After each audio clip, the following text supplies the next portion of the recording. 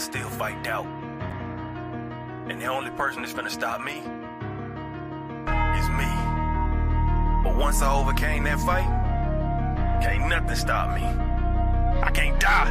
I'm immortal. Rejected, neglected, I feel disrespected. They told me go left, I didn't learn the right lessons. Been hard on my grizzle, my hustle got deadly. Y'all rap about shit I done murdered already. Ain't changing my image, focused on my vision. Hard-headed, don't listen, fake love, I ain't with it. This path I'm committed, slip up but ain't tripping. My mind always spinning, ain't talking about vision. Just run me, my digits go broke, I ain't limping. It ain't come to me, so I had to go get it. I came from a city with niggas, it's vicious. The love be fictitious, see hate from a distance. It made me a fighter, got pushed to my limits. I took a few L's and then got so discouraged. With God as my witness, from whence I was forged. No Golden Gate Bridge, but I came back a warrior. I came back immortal, invincible even. My faith is much higher than what you believe in. They wanted me gone on my soul, I ain't leaving. Spoke life into every verse you receiving. My music lives on when my bones turn to dust. There's power in words, so bitch you should hush. My mind overflowing in lyrical floods. Fuck building an art, you gon' need you a sub. I rose through the pavement, I stand on my morals. Been stabbed in the heart, now my scars are enormous. I took all your stones and created a fortress. Been fighting off demons that constantly torment my mind, and my thoughts are a little abnormal. Been crossing out squares that won't fit in my circle. Can't kill what I said, and this verse is eternal. With God on my side, I can't die, I'm immortal. Creation, destruction, the cosmos erupting. The officials are ready. The fighters are in the ring, and they are ready. So for the thousands in attendance and the millions watching around the world, ladies and gentlemen, let's get ready to rumble!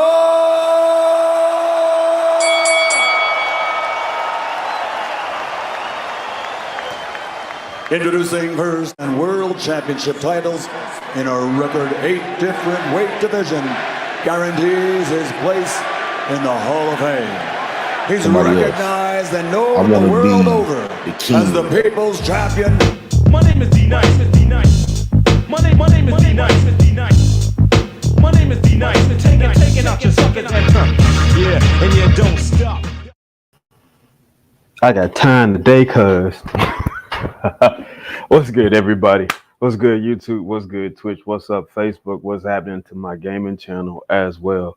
Man, it's crazy.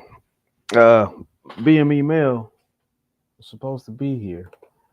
So, I don't know. He was just hidden here.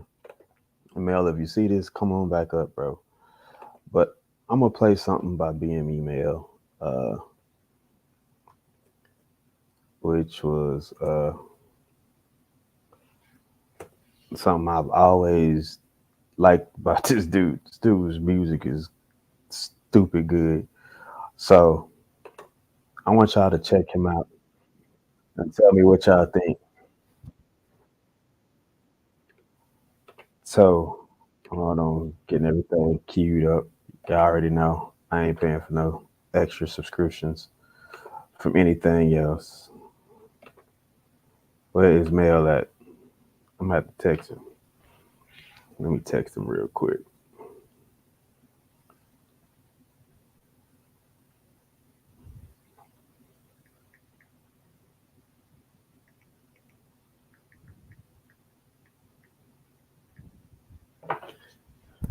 All right. So this is BME Mel, college dropout. It's an old cut, but it's gonna be new to y'all, and it cracks, yo. Back in the booth, nigga. Back in the booth, nigga. You know that. You know that. My mama know that. Hey. My grandma know that. Oh, shit. Hey. Me and my niggas, we never divided. I see your bitch and I'm taking a shop, and all of my niggas be making deposits. You need some different all like I pay for the Rockets. Now with them for a drop to the Tesla. Ever since then I've been going to wild, and she don't suck that why she acting so childish. Oh, smoking the blunt, I'm serving the cool. Oh, it's jury so big you get hop in the pool.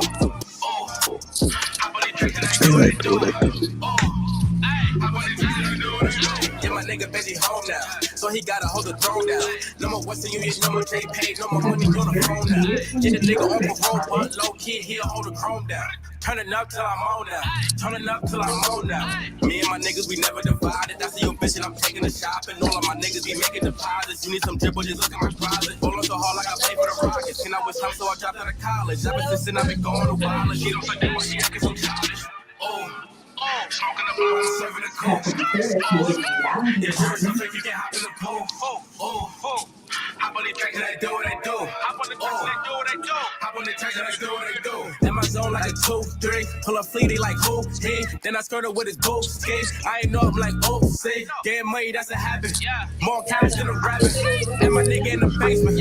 But that nigga serving addicts. Me and my niggas, we never divided. I see you bitch, I'm taking a shop. And all of my niggas be making deposits. You need some dribble, just look at my closet. Roll up so hard like I pay for the Rockets. And I was done, so I dropped out of college. Ever since then, I've been going to wild. She don't think why she acting so childish. Smoking the blow, I'm serving the coke. Your jury's so fake, you can't hop in the pool. Hop on the track and I do what I do. Hop on the track and I do what I do. Yeah. Allah, appreciate that. I didn't even know you gonna play that shit. I said, man, my dude ain't around right now. Let me fill in with some of his credible shit that he puts out, man. What's good with you, bro? Shit, it's crazy. I just dropped the project this month. Well, last month too. Oh, word? Yeah. Got a lot of heat dropping. Boy, stay dropping, man. Stay dropping. I just dropped the song today too. Damn, bro. Hell yeah. Niggas is like niggas is dropping music like Jordan dropped them Fusion J's, bro. It's just crazy. See, cause I always say, cause I always.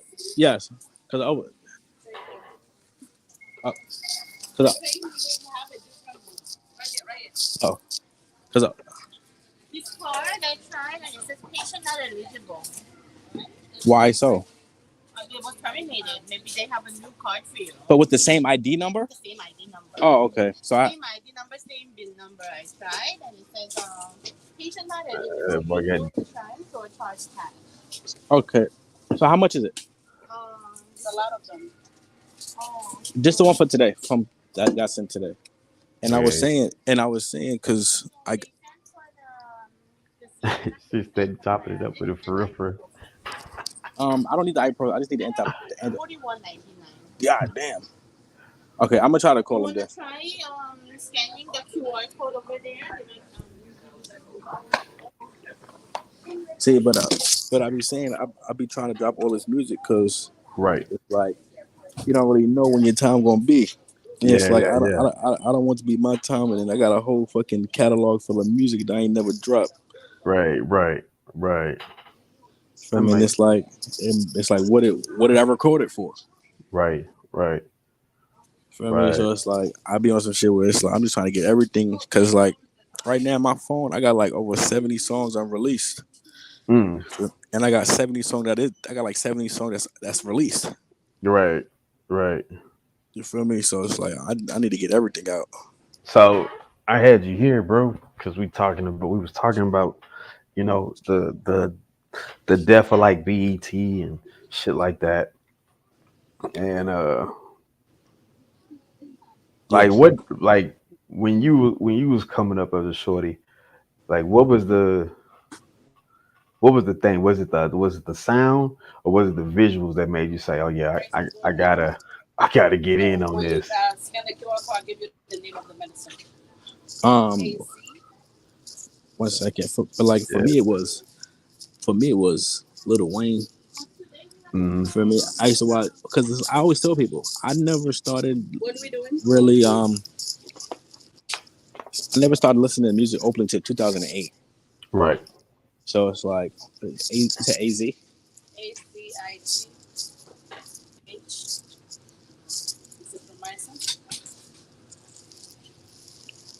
This one?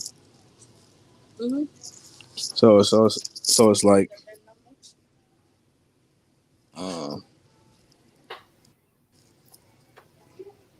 my fault. You good. Give it to me, please. 026465. I'll bring you back in a second to go ahead and take care of that. I'm gonna run it back one more time so people can be familiar. But I got BME Mail by way of New York, man. My bro tapped in with your guy. I don't know why all you New York niggas fuck with me. FS2. It's like all you New York niggas really fuck with your boy. Yeah. Yes, sir. WGFX2. This sounds like some real confidential stuff. So we're gonna keep that out on the minimum. But we're gonna run it back real quick so y'all can get familiar with my guy. You know, BME Mail is in the building. We talking about like the transition of music channels, like what truly transpired, what took place, how did they?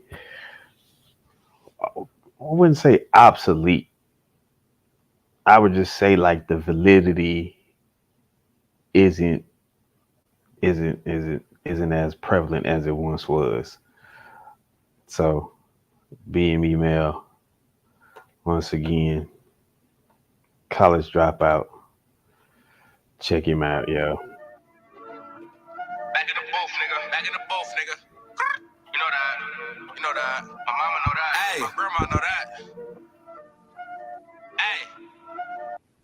Me and my niggas, we never divided. I see your bitch and I'm taking a shop. And all of my niggas be making deposits. You need some dribble, just look at my closet. Ballin' so hard like I play for the Rockets. Can I waste time so I dropped out of college? Ever since then I've been going to wallet. She don't suck that why she acting so childish. Oh, smoking a blunt, I'm serving a cool. Oh, your jury so fake you can't hop in the pool. Oh, hop on these drinks and I do what they do. Oh, hop on these drinks and I do what they do. Yeah, my nigga busy home now, so he gotta hold the throne down. No more Western Union, no more J Pay, no more money on the phone now. Get a nigga on parole, but low key, he'll hold the chrome down. Turning up till I'm on now. Turning up till I'm on now. Me and my niggas, we never divided. I see your bitch and I'm taking a shop. And all of my niggas be making deposits. You need some dribble, just look at my closet. Ballin' so hard like I play for the Rockets. Can I wish time so I dropped out of college? Ever since then I've been going to wild. She don't suck that, but she acting so childish. Oh, smoking a blunt, I'm serving a coke. Oh, yeah, jury so fake you can't hop in the pool. Oh, hop on the track and I do what I do. Hop on the track and I do what I do. Hop on the track and I do what I do. In my zone like a 2-3. Pull up fleet, they like who? He. Then I skirt her with his boo ski. I ain't know I'm like, oh, see. Getting money, that's a habit. More carrots than a rabbit. And my nigga in the basement.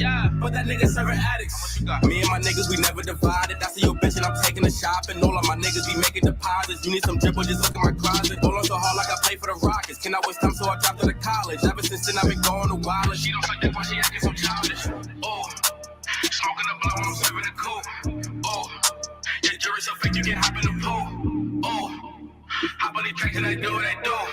Oh, hop on the track and I do what I do. BME Mail, man.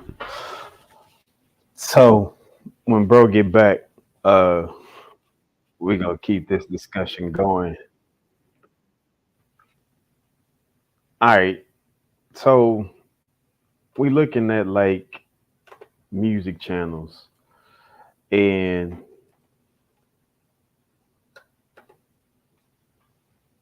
they just ain't what they used to be, right? I'm gonna share this with y'all real quick, like, cause I want y'all to see something.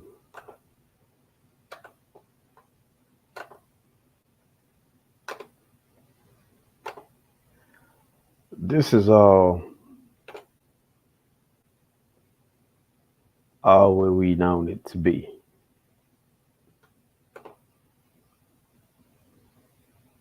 What happened here?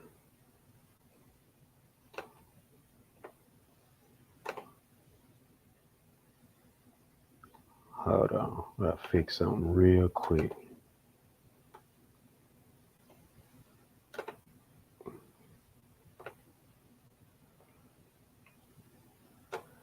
All right.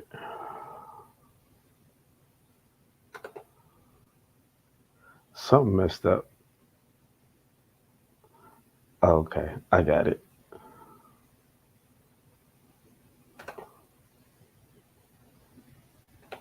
And so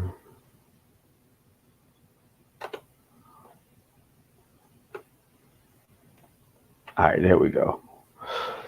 So it's some music channels, yo. Like iHeartRadio, I didn't even know that they have like a actual TV channel. They just throwing it in there for like for discussions as that like shit gets real messed up, like how they do things these days. Channel O, unfamiliar with. MTV, Sirius XM, I'm more familiar with the audio, the radio. Now, because of people like Howard Stern and so many sportscasters that are now doing a combination like the Breakfast Club, you got that combination of radio and like visual going on. So that could be going on there. I have yet to see it, but I don't doubt it. Country Music TV, familiar with. VH1, familiar with. 70s on 7, I'm not familiar with. Elvis Radio, I'm not surprised. There's a whole station that plays Christmas music year round and has literally been around for quite some time, which is crazy that they get back in like that people are really just jamming Christmas music like that. Now this one right here. BET.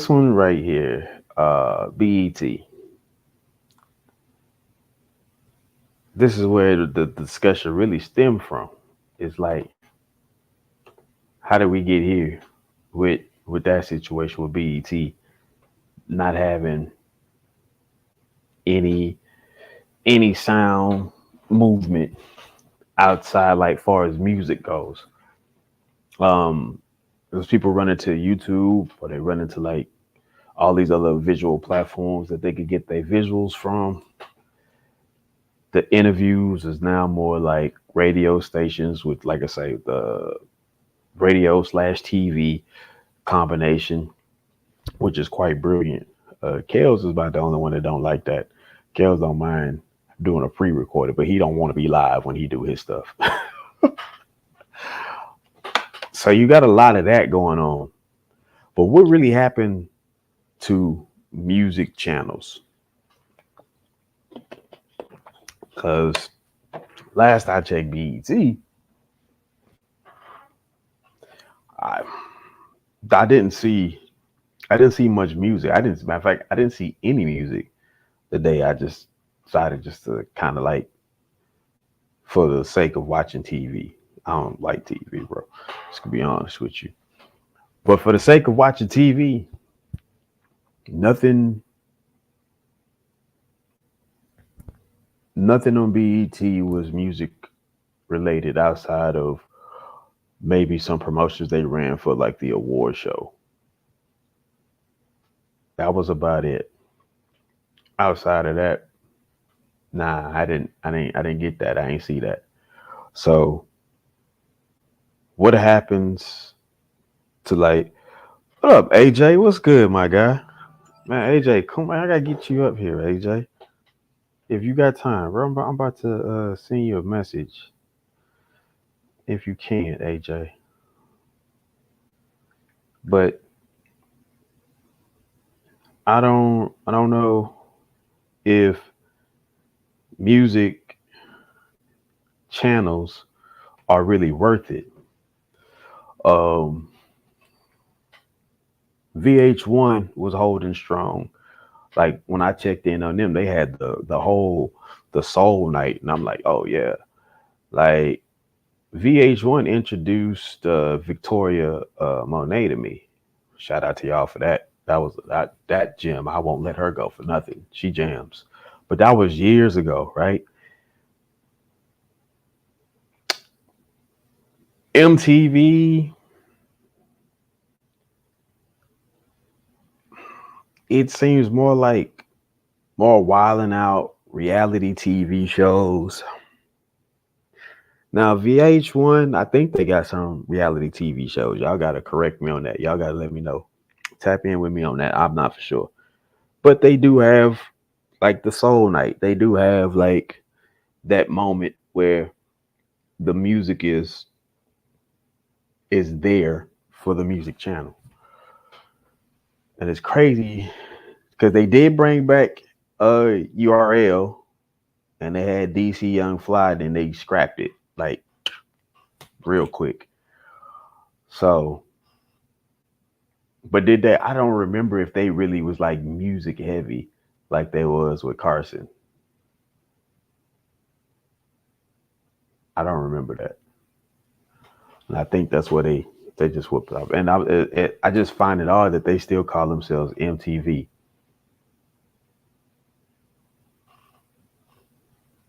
You know, BET, you could make that argument for BET, although Viacom owns them. But Black Entertainment Television, I guess that was a pass, right? Like it's a broad name, but we know it for the origins of like the music channel. Far as outside of, you know, what's there, the TV shows, we had hits, we had Tigger, we had Sita, we had My Girl Free. I'm always love Free. Oh Lord Jesus. Oh, for those that don't understand, let me help you out.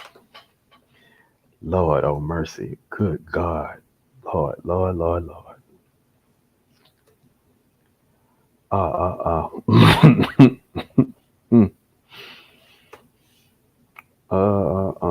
Free your mind and the rest with the AJ. AJ. Listen, I don't think they understand. Hey, it was even a point where Will Smith came on there and was like, I've been waiting to see you. And I'm like, yeah. Free, Lord. Oh, Lord. What was the name of that show? What's up, Misty? What was the name of that show? 106 & Park. Yeah. Boy, let me tell y'all. Jesus Christ. Boy, Free was life, boy. Free listen. I was for sure an athlete. Somebody was gonna get Free. Jesus Christ. Free from 106 & Park, Lord oh mercy. That woman was. It got to a point we didn't even really care about the music videos. You just move out the way, let us see Free.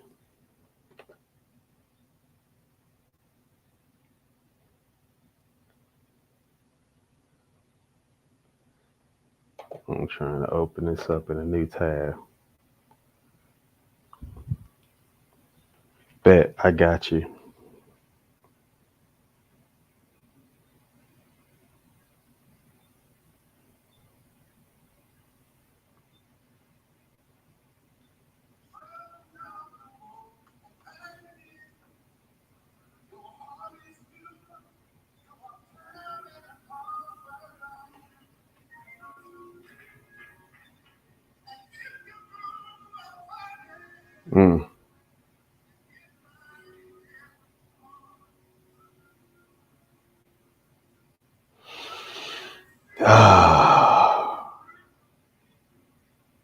AJ, you ain't finna make me crack right now, AJ. Good God, man. All right, listen. It's a day. It's a day. It's a day. Lord, it's a day. AJ, you tried to get me. You tried to get me, AJ. Yeah. But man. God rest my friend.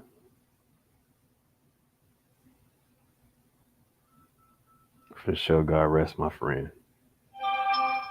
And for those that love T, may we find an understanding path, Because I'm gonna tell you right now, I'm not the one. My heart and my mind is so filled with hate and malice toward that individual, bro.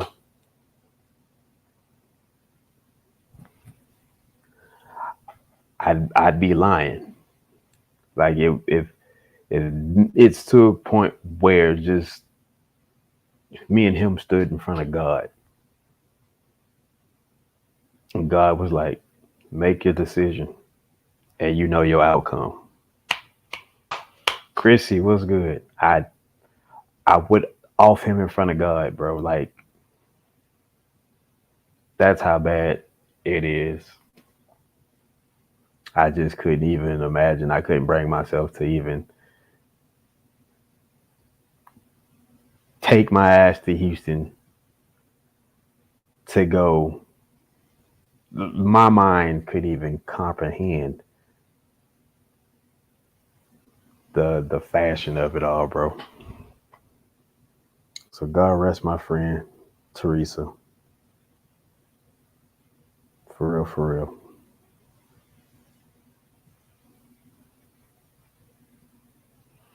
But anyway, damn you, AJ. I'm glad you was there. I'm glad you was strong enough. I'm glad you did whatever you did, bro. I'm glad you saw her off. Thankful for you, AJ. I really am, bro.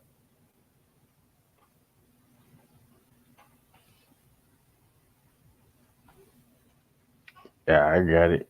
I'm not. Oh man, AJ, you just dropping all of them on me, man.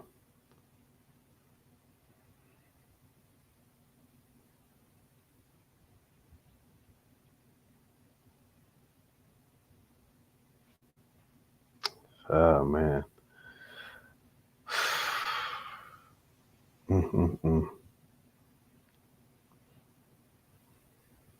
Man, AJ, come on up, man. I just sent you the link. You dropping these bombs on me. Oh, what's up, everybody on Twitch too, man? I don't want y'all to feel left out, not like that. What's good to my people over there? I see y'all. But we're gonna talk about some stuff over there, the gaming aspect. Right now, we just talk about the music channels, man. Like, where did they go? What happened to them? You know, so forth and so on. I'm gonna be honest with you. I'm about to be so 100 with y'all.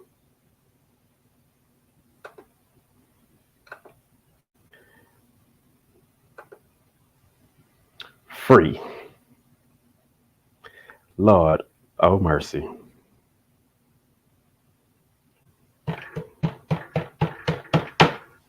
Close the church doors. Free was the it factor. Dang, Brandy look pretty. Oh, Brandy. But free. Lord. Where's the freeze? Like, where's the brandies? Like, you know, that kind of stuff. And I'm not talking just on like them being nice looking, but that presence. You know what I mean? Where is that at? That changed so greatly amongst the TV culture, the music TV culture at that.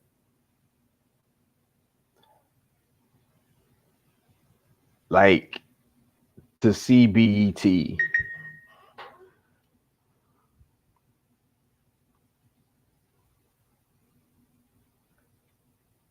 To see BET, hold on.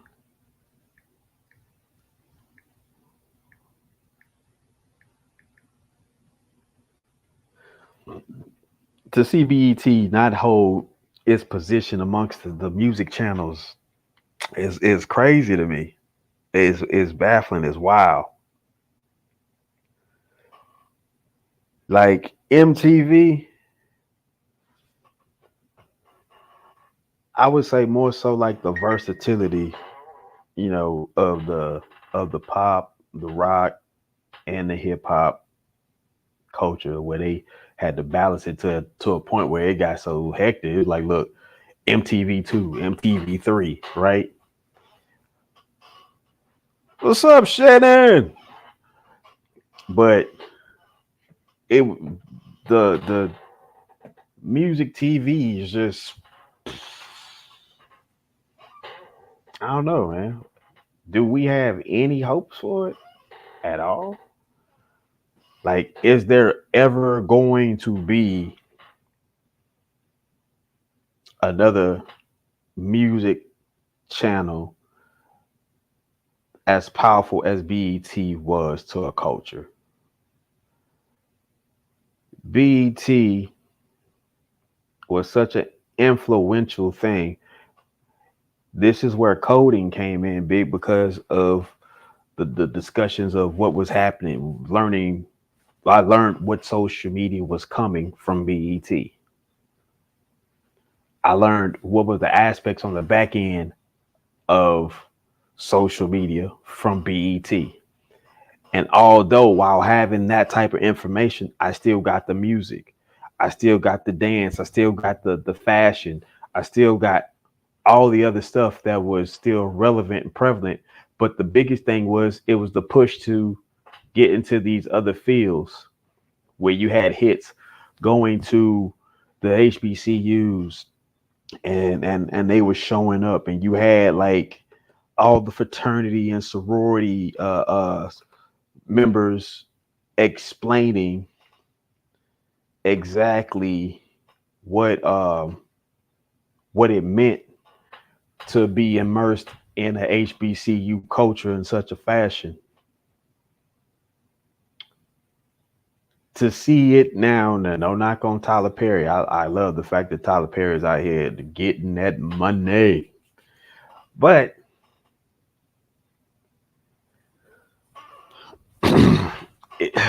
is Tyler Perry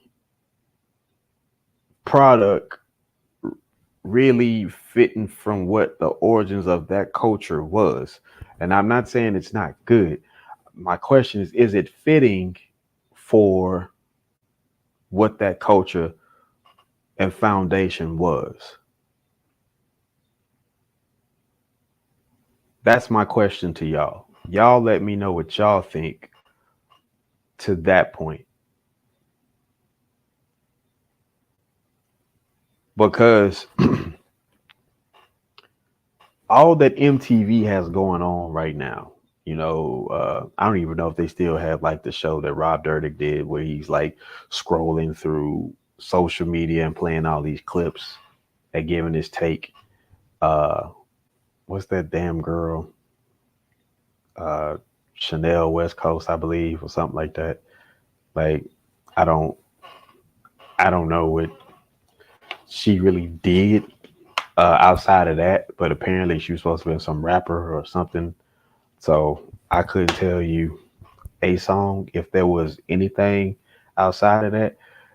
But that particular show, like that fit what MTV had going on. It had that kind of nature, is because you got a little bit of what it was already doing with the URL, with the visuals and the commentary simultaneously going on. So a show like that fit that platform. Like I say, BET was a broad blanket. What up, Orlando? Bro, what's good with you, fam? Dog, I'm about to send you. Hold on, bro.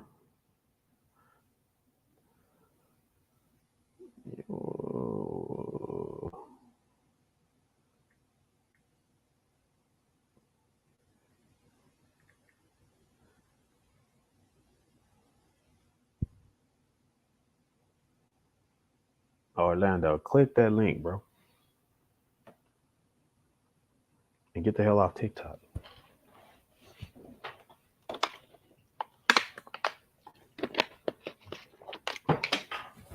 But is any of this that music TVs would come? I think the only one I saw off that list that maintained is consistency was like the Disney music or whatever. I've seen probably like I don't know, a half a segment of what it is, but I believe it stayed in that kid friendly, but kept that music uh side going. You know, that kid pop genre, almost like kid bops type of feel. They're about the only ones that's consistent. It had Sirius XM on it, had iHeartRadio on there, and again, I'm not familiar with them being a visual show. So I believe, yeah. Shay 45 is on Sirius Radio, and so Sway is on that. Sway in the Morning is on there. So, but I don't know if that's a music channel. I think that's just like interviews. I think they're just like strictly interviews. I don't know if that's a music channel.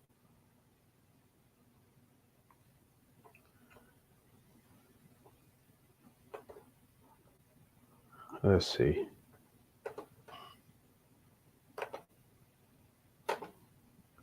We were doing some research in here, y'all. wait. Oh, okay. All right, bro. I thought I missed something. Oh, I thought I missed something. So, hold on.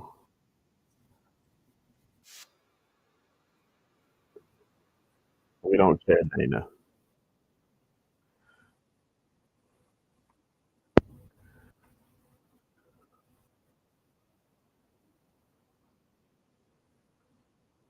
Wait, what? Oh, hold on.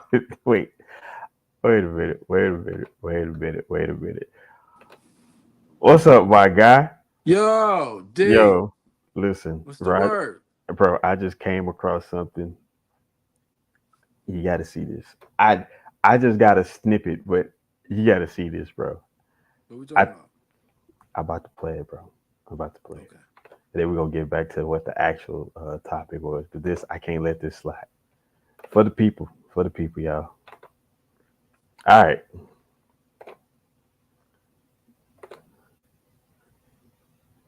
Bitches Love Me, 1972. Interesting. I got some down bitches I can call. What's that? I don't know what I would do without y'all. I'm a ball till the day I fall. Yeah, long as my bitches love me. Oh, this was where he got it from? This is where Wayne got it from? I can give a darn about no hell long as my bitches love me. Oh, that makes so much sense. I think it's AI. Nah, this is real. This is where they got the hook from. In the future, I'm on that good cushion alcohol.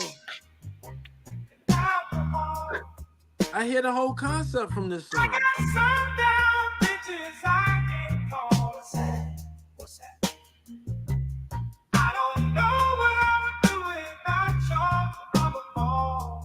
Hey. Bitches loved them back then. Look at that. Look at his hair. Look at that man's hair. Nah, that man was a straight PI.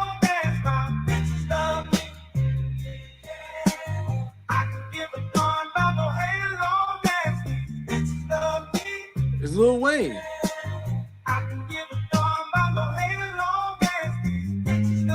That's a real record. I co-sign. That's a real record. I wasn't even there. This is real. Oh, wait. Here we go. The breakdown. It's a real record, D. D, you're going to be playing this song. I know you. This is going to be a song of the summer. A song for the summer. All right. You're going to come back. Yeah, man. So. Shit, bitches loved them, man. Who was that again? I didn't even see who it was. Some shit. I think AI for the Culture is the name of the channel. Yeah, right. So I co-sign. It's a real song. I want that. here's this is the thing. I'm breaking down the fact of like Yeah, the where we music, at today? What's going on? the music channels, bro. Uh-oh. What's just happened? Uh-oh. My phone fucking up. You hear me? Yeah, you good. Okay, pardon. Yeah. Okay, so we break it down the music channels, bro. And as a music channel, nobody was as powerful as BET. Okay, that's where we starting. Okay. As a music channel, but now because of the acronym of BET and the music is not really there, right? It's like all these little reality shows and Right. concept Drama shows, series. right? Yeah. It's just it's like, all right, the acronym is Black Entertainment Television, but it is bullshit at the end of the day. Honestly, bro, I see it as if Viacom is not benefiting those artists.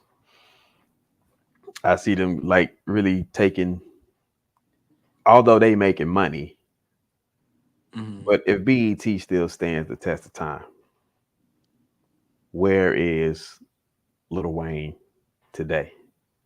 If BET still stands the test of times, where is Jay-Z today? Hell, if BET stands the test of time, Drake's a billionaire. Just honestly. Yeah.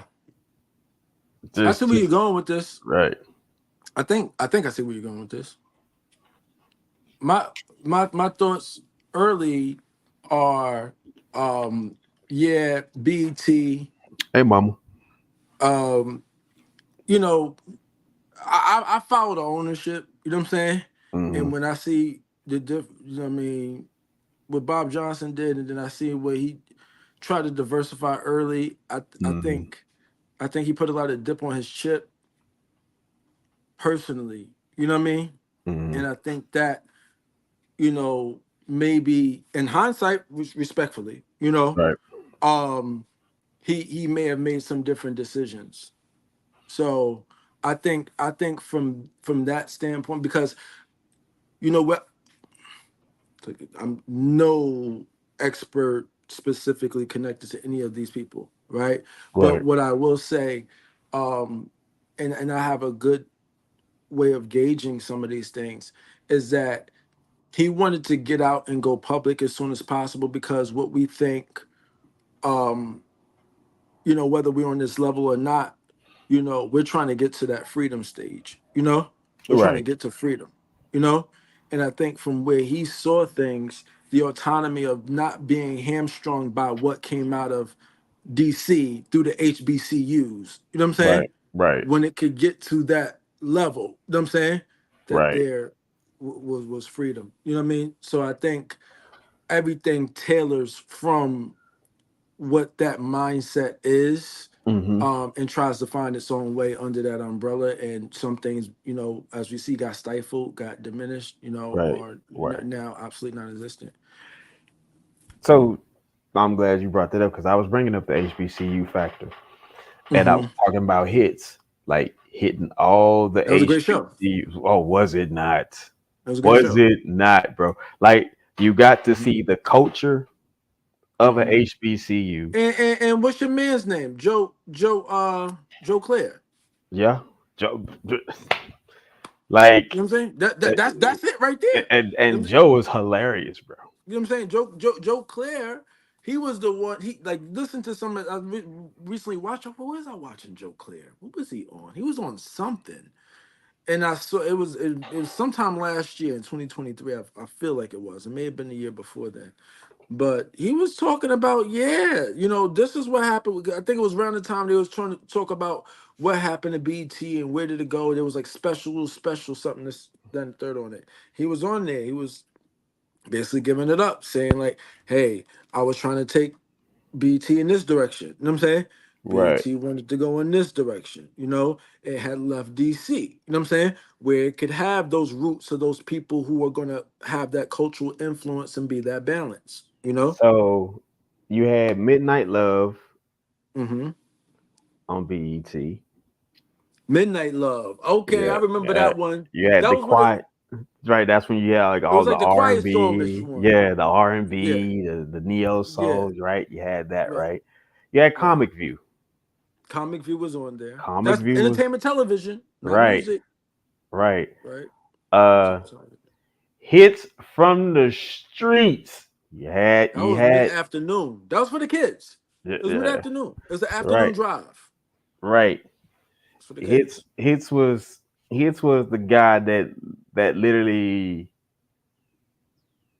drove. Hits made it possible for like these YouTubers Yeah. to do The all the the the crazy. the first of, well, I would say the first of that, because you know there was always like press showing up at events and doing certain things, trying to get Right. people to do different, you know, activities. But you know, as far as trying to adjunct, you know, finding what the culture actually is and translating that in a bit, in a, you know what I mean, in skits on screen. I thought that was genius of some of the things that were going on in other mediums that had like controlled environments for those experiments, Mm-hmm. right? So like if you took like Nickelodeon, you know what I'm saying? And had Right. them go through the streets and ask people a bunch of questions. It was very sanctioned, very sanitized. You know what I'm saying?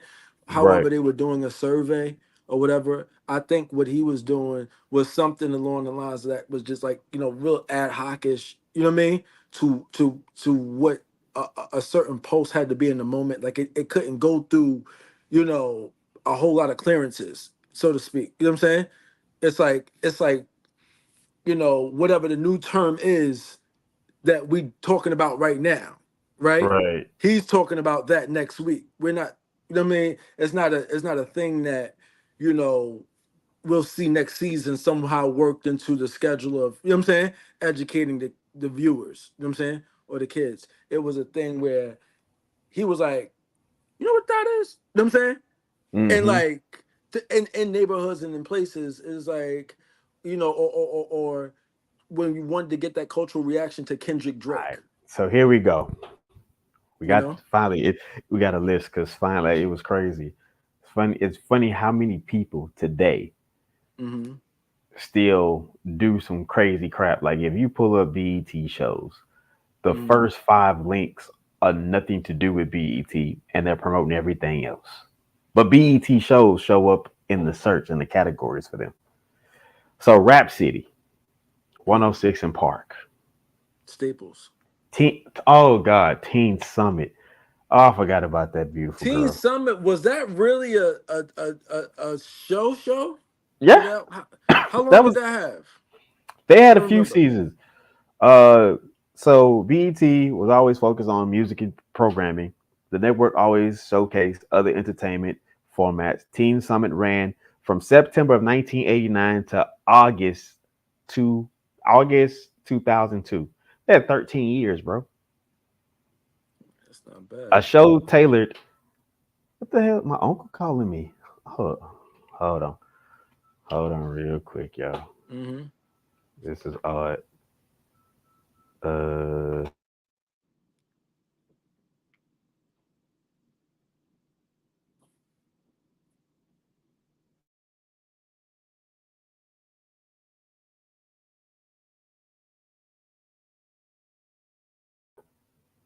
all right, we back.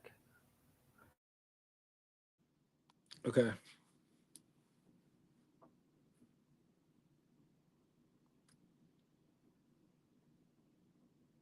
Hold on, your mic not working. All right, that's what I thought. My mic muted. Okay, I had to make sure nothing crazy was going down, but I'm back. Yeah. All right, so yeah, it ran 13 years. So a show tailored for a safe place for teenagers to discuss news topics, which I do remember, issues that feature the face of daily lives. While the show mostly focused on conversations, it also featured performance from artists such as Tupac, Queen Latifah, Destiny's Child, Missy Elliott, and many others. Again, it that combination of having my music there in my life. It was music with my education. Right. Comic View. It was musical performances for Comic View too. Right. Video Soul. Shout out to Donnie Simpson, the Green-Eyed Bandit. All right. Cedar's World.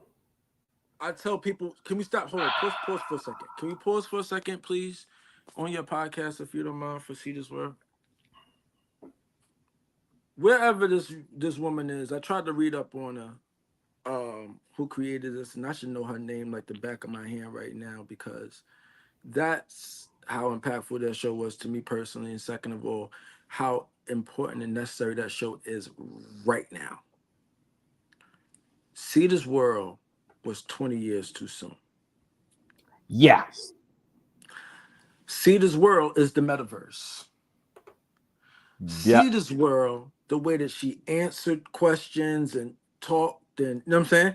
That whole bit, there's no confusion right now that anyone in the world should have on what the metaverse can look like on just any level, right? Without just going to Cedar's World and seeing how that show was operated. And right? let's be honest.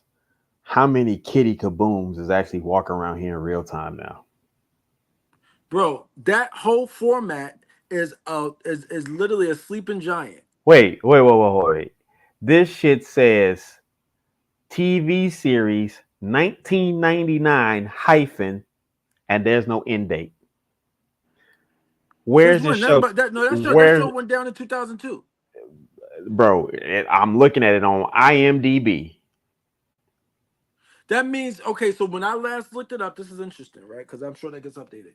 So last time I looked that up, they said the truth that the show, you know what I'm saying, came to its conclusion in 2002, right. All that kind of stuff.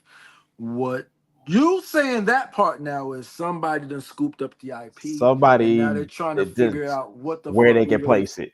What we're really doing with that shit. It's kind of like an athlete that hadn't played the game, but he's retired. It just hadn't been made official. Right. Okay. So yeah, so somebody's doing something if that all of a sudden don't got an end date. You know what I'm saying? Somebody dusted off, and which they should, because that's that. Listen, I mean, of course I would have loved to. You know what I'm saying? So according to Yard Barkers, January 3rd, 2003. There you go. All right. Bobby Jones Gospel. I watched a little Bobby Jones. Yeah, everybody did. Access Granted. I did that. Access Granted was definitely to be watched. Ever wondered about all the work that was going on to create music videos? Access Granted gave viewers the inside look to production film of artist videos, the world premiere of videos at the end of each episode. From 2000, you get the world premiere. Remember the world premiere? From 01 to 09, and it was one of the most famous episodes of Aaliyah filming Rock the Boat. Before her tragic passing. That was such a big accident. I remember that one. I remember everything about her being on that boat. All that shit. Yeah. All right. BET Nightly News. I remember caught a few of that. Nightly News. All right. Hits from the Streets. Hits from the Street was a different type of format of programming, as it featured music videos, but also sketch comedy segments. The show aired from 2000 to 2003 and was hosted by Al Shearer. Shout out to Al, man. College Hill, one reality television show that became popular format for the network. BET made sure to evolve the programming as well. One of the shows introduced College Hill, which followed the lives of college students from different historically Black colleges and universities, and the show aired from 2004 to 2009 and has been revived on BET Plus in 2022. College Hill Celebrity Edition. You go ahead and scratch that right now. Real Husbands of Hollywood, Baldwin Hills, Hell Date. Hell Date. I watched that shit in college. That little nigga would come popping out. Sunday's Best, Midnight Love, Black Girls Rock, The Monique Show. Oh, so they're just talking about all the different programming that they had? But we're like, I'm talking. This is literally from like BET's peak. Was clearly in the late 90s. Yeah, I would say like BET's peak was like 2010. Now I say 98 to about 2012. 2012. I give you that. All right.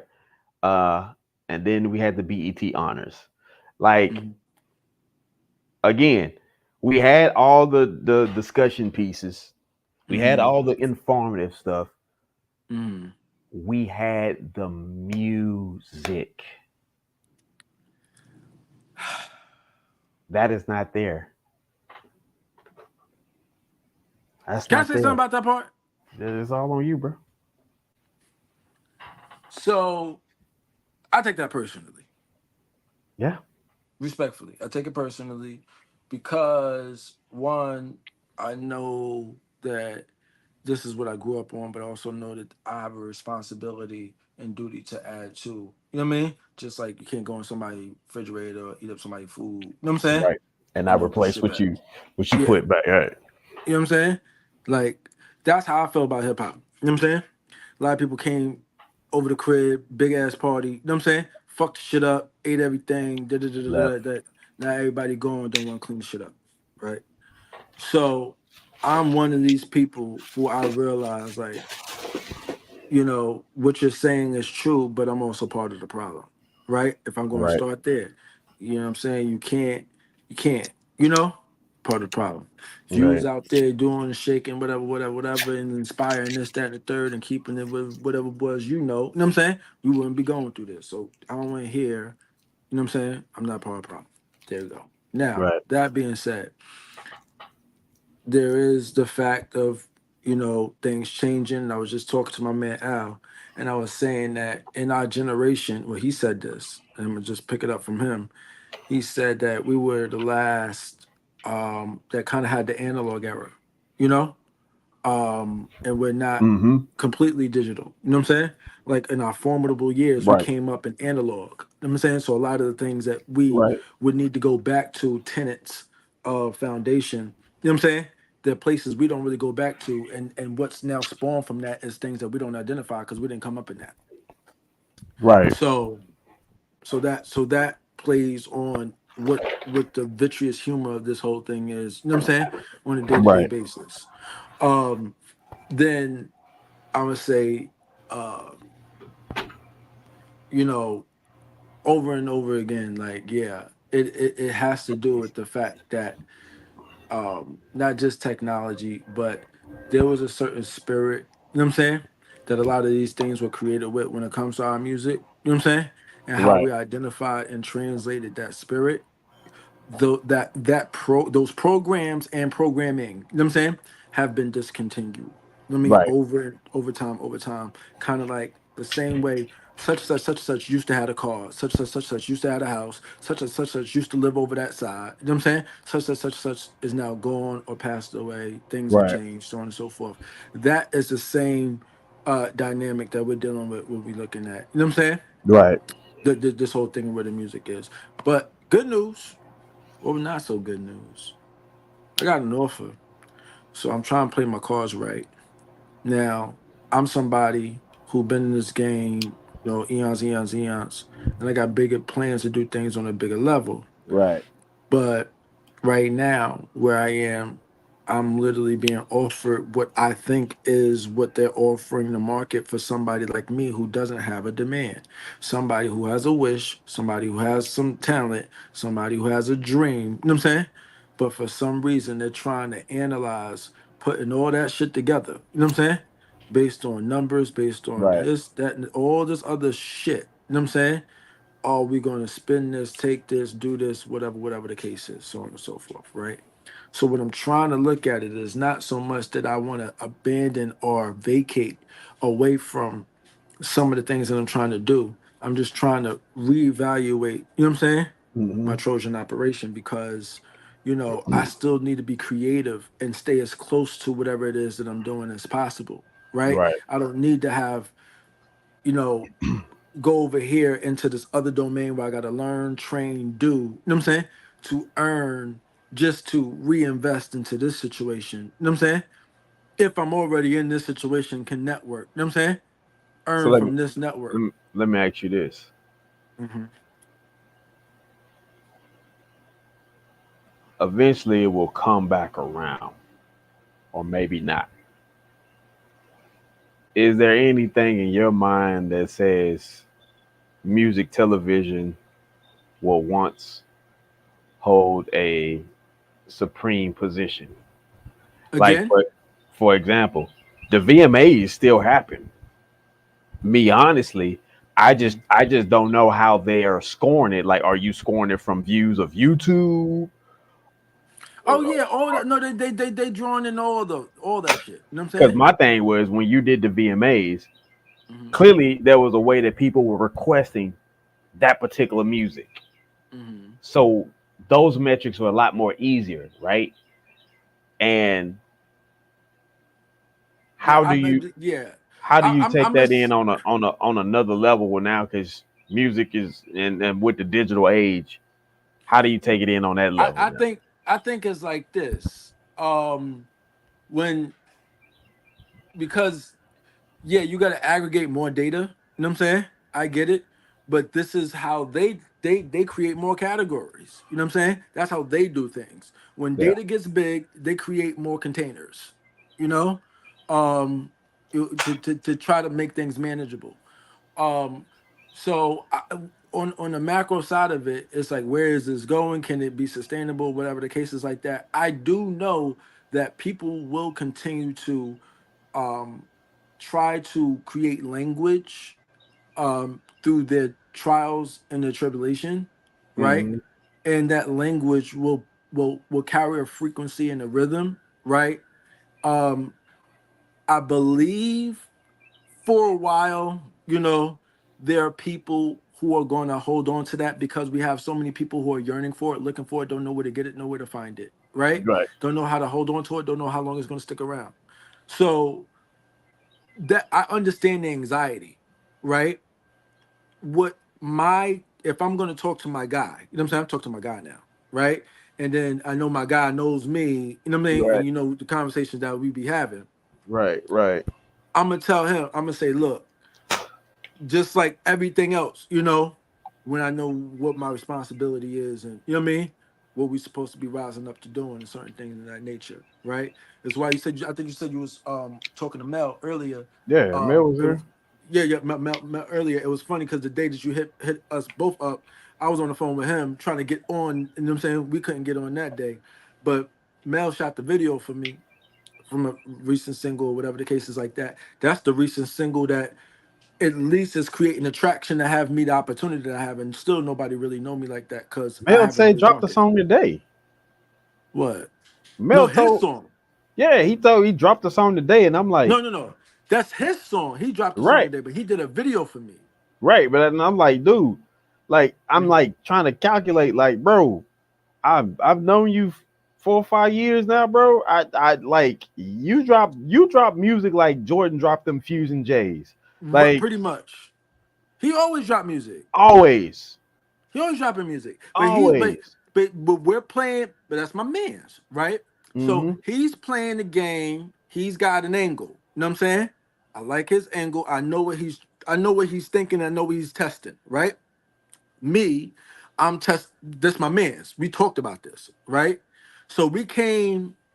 Well, I ain't gonna tell you story all that kind of stuff, boy, everybody. Right. But the point is, there's me going through this one management company, right? And he got reached out to them too, right? So we both was like, I don't know if we want to fuck with these people because we don't want to, pretty much sign no deal, you know. Right. So He's like, yo, all right, I'm gonna say indie. I'm gonna just drop like this. I'm gonna just do my whatever 1 2. You know what I'm saying? I said, damn, I want somebody to, you know what I'm saying? Kind of guinea pig, see if this thing worked too. Then it's kind of like, yo, I might as well do it myself, right? Right. Because it's like if I'm trying to really judge something, you know, like I don't want it to be judged on based on, you know what I mean, things that I Right. couldn't really control, right? So it's like, all right, I'll go through it, boom, boom, boom, boom, boom, and then you know we'll put our minds together, right? Right. That's our plan. So I'm getting further, you know what I'm saying, in this, you know what I'm saying. Right. But I'm still not going nowhere because that's my man. He's still gonna shoot the video. He coming, you know what I mean? Absolutely. Right. Whatever's happening, you know what I'm saying? Right. So just to today, so it's ironic when you text me, you was like an hour after. It's like you hit me this morning. I feel like, you hit me like right after they hit me this morning and was like and sent me with the email with the DocuSign. Mm. You know what I'm saying? So I was like, okay, you know what I'm saying?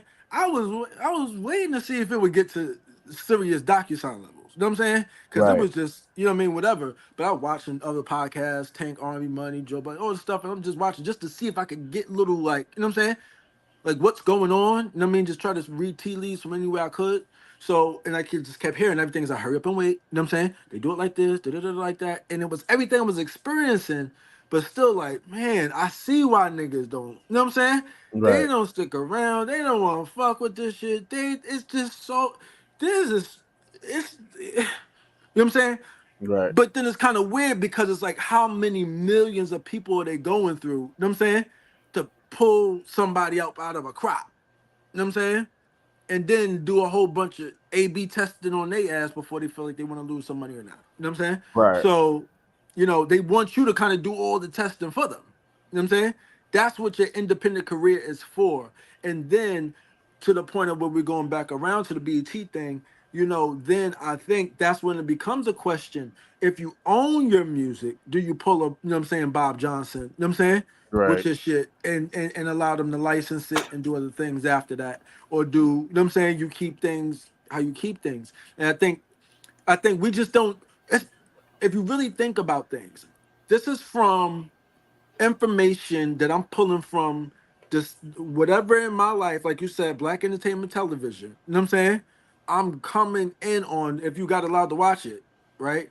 That maybe starts at 8 to 12. You know what I'm saying? Right. Somewhere in that age range, you know? And everything that I'm learning about what I should be, like you went through all the shows, you know what I'm saying? All the relevant topics, you know what I'm saying? From politics to sports to school to music to culture to food to travel to everything, you know what I'm saying? This network covered it, right? And you're getting your identity from this network. Now we're in a space where we realize, oh, identity was just supposed to be built up to be sold. You know what I'm saying? Right. To the highest bidder. You know what I'm Right. saying?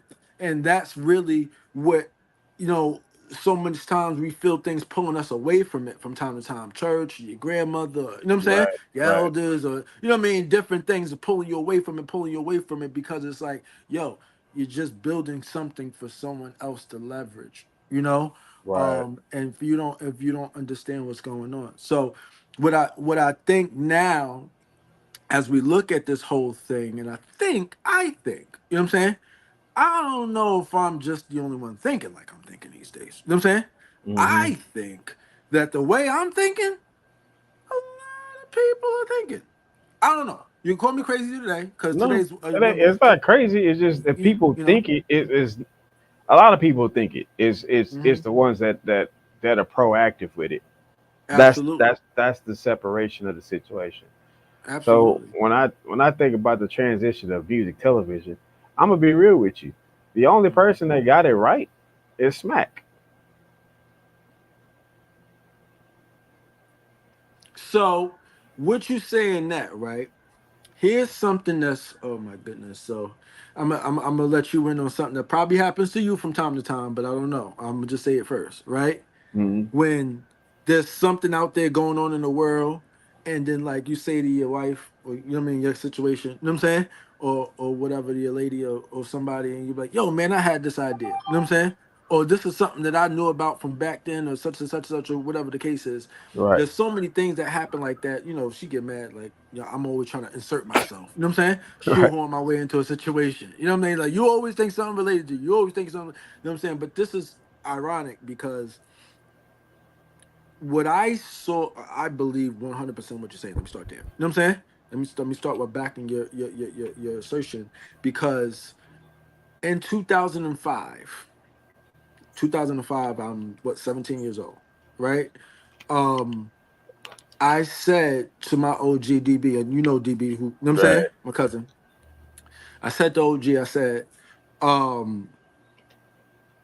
way we're gonna fix the internet. It was the same kind of conversation like right now, same type of tenor, same type of everything. Where's everything going? Things downloading. They saying hip hop is dead, all that kind of stuff. You know what I'm saying?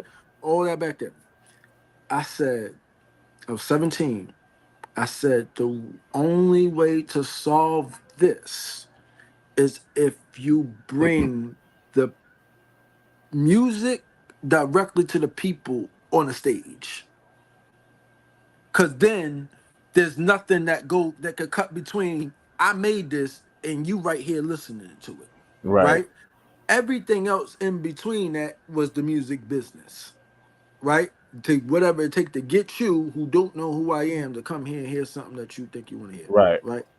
So that was, I was a kid, you know what I'm saying, a teenager at the time, and that was my modus operandi to figure out, you know what I'm saying, how am I going to save hip hop, right? Because I need to bring it to the people. So I started with my neighborhood. I live in the suburbs, you know what I'm saying? When no parties, wasn't lit like that, wasn't nothing going on like that, you know what I'm saying, for hip hop. And I just wanted to just bring it there. You know what I'm saying? They saw it in my style, they saw it in everything that I was, coming from, you know, Manhattan, coming from Queens, coming from whatever cases like that, but it wasn't there, you know? And of course people had it and we listened to it, but it wasn't it wasn't programming, it wasn't things that was like we had intentionally knowing, like we had the skate key in the Bronx, you know what I mean? They had like some type of team parties, but it was at different type of venues. You know what I'm saying? It didn't translate. You know, so like I was trying to captain that translation. So I was in high school trying to get the locks, trying to get Jeezy, trying to get all these Jewels. I was trying to get all these people, and you know my friends would kind of like cheer me on, but they wouldn't know what the fuck I was doing. You know what I'm saying? So they had no clue. They just like, you know what I'm saying? Yeah, man, figure it out. I don't know. You know what I'm saying? So that was my whole thing, but that's when I really figured it, you know what I mean, from then, right? Mm-hmm. That was going to be necessary because I realized what power I didn't have. I realized I'm talking to these managers and they're like, okay, cool. I'll send you this artist writer. You know what I'm saying? And I'm like, okay, cool. And then I talked to my investors, and I said investors at the time like I knew what that was, right? I had one investor that was my Uncle Boney, rest in peace, you know what I mean? So he was the one who was going to foot this, right? He had pre-approved me for $26,000 based on my little proposal that I wrote together, which was how much this shit you think gonna cost, right? So wrote it together, did a little budget, you know what I'm saying? How much for security, how much for the venue, how much the shit came up to $26,000 I thought that I would need, you know what I'm saying? Out of somebody's pocket, right? I'm even working with my aunt trying to get Verizon. I'm writing little things trying to see if she can have Verizon help out, whatever the case is. Like I'm that kind of kid, right? So at the end of it, none of this came to fruition because they just couldn't see the vision, right? But what ended up happening was one of the artists, Bleak, I always say, shout out to Don DeMarco, who came to my school. And what happened is I still pulled it off. And in pulling it off, I realized it wasn't even that he even bought the music. You know what I'm saying? It was the fact that he, as a lifestyle brand with the chain, you know what I'm saying, had came and represented for me at the school. And that's where the legend actually continued. Not because they remember a Myth Bleak song or that they're singing one now, right? It was the brand, it was all the business, everything behind it. But I knew that they would only give a fuck if that person would be in person, you know, with the people. Brought the culture. It's about the culture. So yeah. So I say all that to say, yes, I'm one of the people right now that I you may like this, you may think I'm still somewhere on the hill, right? Mm. What people really want is they want their time back, right? Mm-hmm. And having their time back is going to require ownership. You know what I'm saying? Right. Because you to understand ownership and time is like they like one and one. You know what I mean? It's like hand in hand. To understand time is to understand ownership. You know, it takes time to own something because to acquire 100% of anything, you know, Mm-hmm. it requires some type of exchange. You know what I'm saying? That Right. exchange, you know what I mean, has to come from a resource and all these other kind of things. So it's when you're thinking about ownership right now, we have an incredible opportunity to create assets out of thin air. Mm-hmm.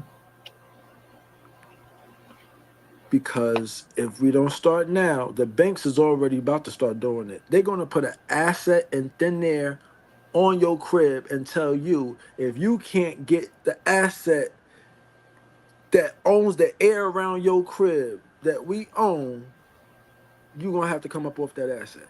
Right.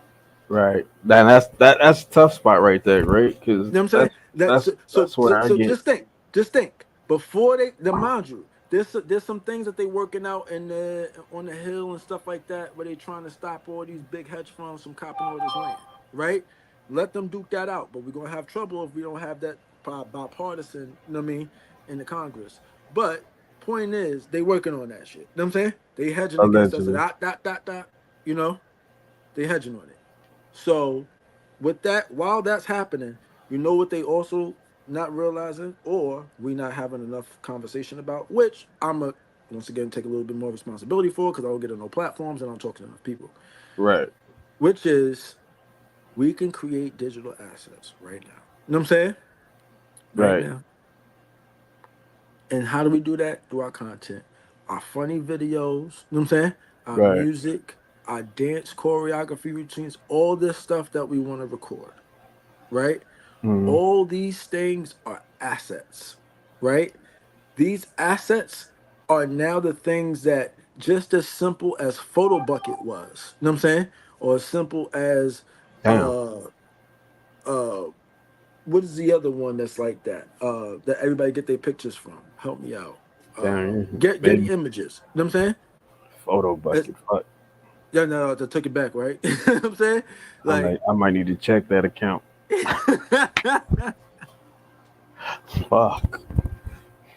So, but like I said, back in the days where you had all this access to do all these different things, right? You might have to take your content and we have to get creative with technology again. We ain't been creative with technology in like 15 years. You know what I'm saying? Our community, we get creative with a little bit of the features. You know what I'm saying? Right. But we're the most creative with the technology. We need to get more access to it on the ground level. See, what happened is they put enough code in there on their side that now we don't have access to stuff until we understand their code, right? But Right. now when we get into situations that because of they didn't over, you know what I'm saying, did it so much, they need help lifting this thing to continue. So in order to get our nodes on the on their servers, right, we have to understand our assets. You know what I'm saying? Which is our talent and our skills. And that's what we gotta really cultivate and put into a digital form for people. Now, I, that part, that's the part right there that I feel like is the nerd part, is the you know what I'm saying, is the unsexy part right now. But I think there'll be a way that I can see we gamifying the process a bit and we using what we can to get what we need. I'll say this: when it come down to music, television, Mhm. Smack got it right because that culture is there and it's gone. It's gonna take. What's gonna happen is one of these Fortune 500 companies gonna have to come in and respect it for the raw art form that it is, and But that was then Triller. I mean, Is Trilla Fortune 500 though? No, Trilla's not a Fortune. I say Trilla because, well, I don't know who. I don't. Back to Smack. I remember I was sitting with DeMarco one day when it was 10 years ago, and this was the last project that I actually put together, and we were sitting in the Coolaroo studio, and he was telling me, yo, man, you got somebody who be building apps. I got somebody who need an app built. I got my other man who's working on some shit like that. Fast forward, it was, you know what I'm saying, them getting on the caffeine app and all that kind of stuff, right? So the play could have been, I mean, and don't know I know this stuff. I was the first person to put him on the crypto and all that kind of stuff. Right. So it's like there's this opportunity that's just waiting right there, like you said, but everybody's not really sure how to, you know what I'm saying, connect all of the pieces because they're gonna be left with one question that they can't solve. You know what I'm saying? Somehow, either who's going to pay for it or who's responsible for this if this happens. You know what I'm saying?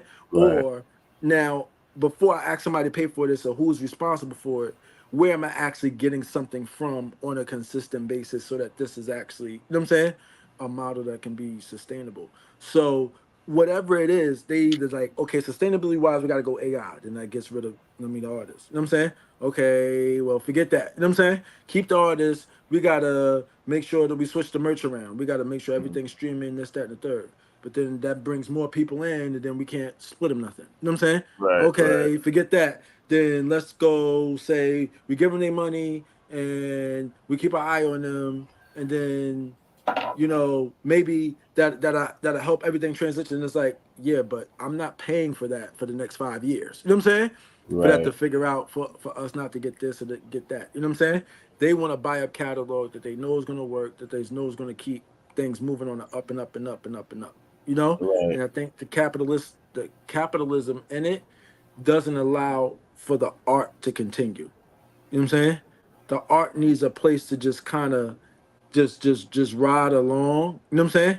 Even as things get tried and even as new networks get built, new platforms get emerge and stuff like that, there needs to be a place where the art can still live, and it takes really more people to have that eye of the behold to find the art now. You know what I'm saying? You got to see the art and shit. You got to sift through things in order to find what resonates with you, and that can and I think all of these things, and I thought about this recently when the printing press came out, that changed the world, right? Yeah, it made the convenience of something being written duplicatable and access to the masses. I can't even fathom how much that changed shit. You know what I'm saying? Right. That had to change shit. And what we're dealing with in our world, however many, only hundreds of years later. You know what I'm saying? Not even thousands. Hundreds of years later from when we realized, you know what I'm saying? We can have a duplicated, you know what I mean? Pieces of agreement, yeah, documents, right? News, right. Everything spawns from that, right? Yeah. So, and a share of information and knowledge, so on and so forth. Who has it? Who doesn't? Now, it's only been several hundred years. You know what I'm saying?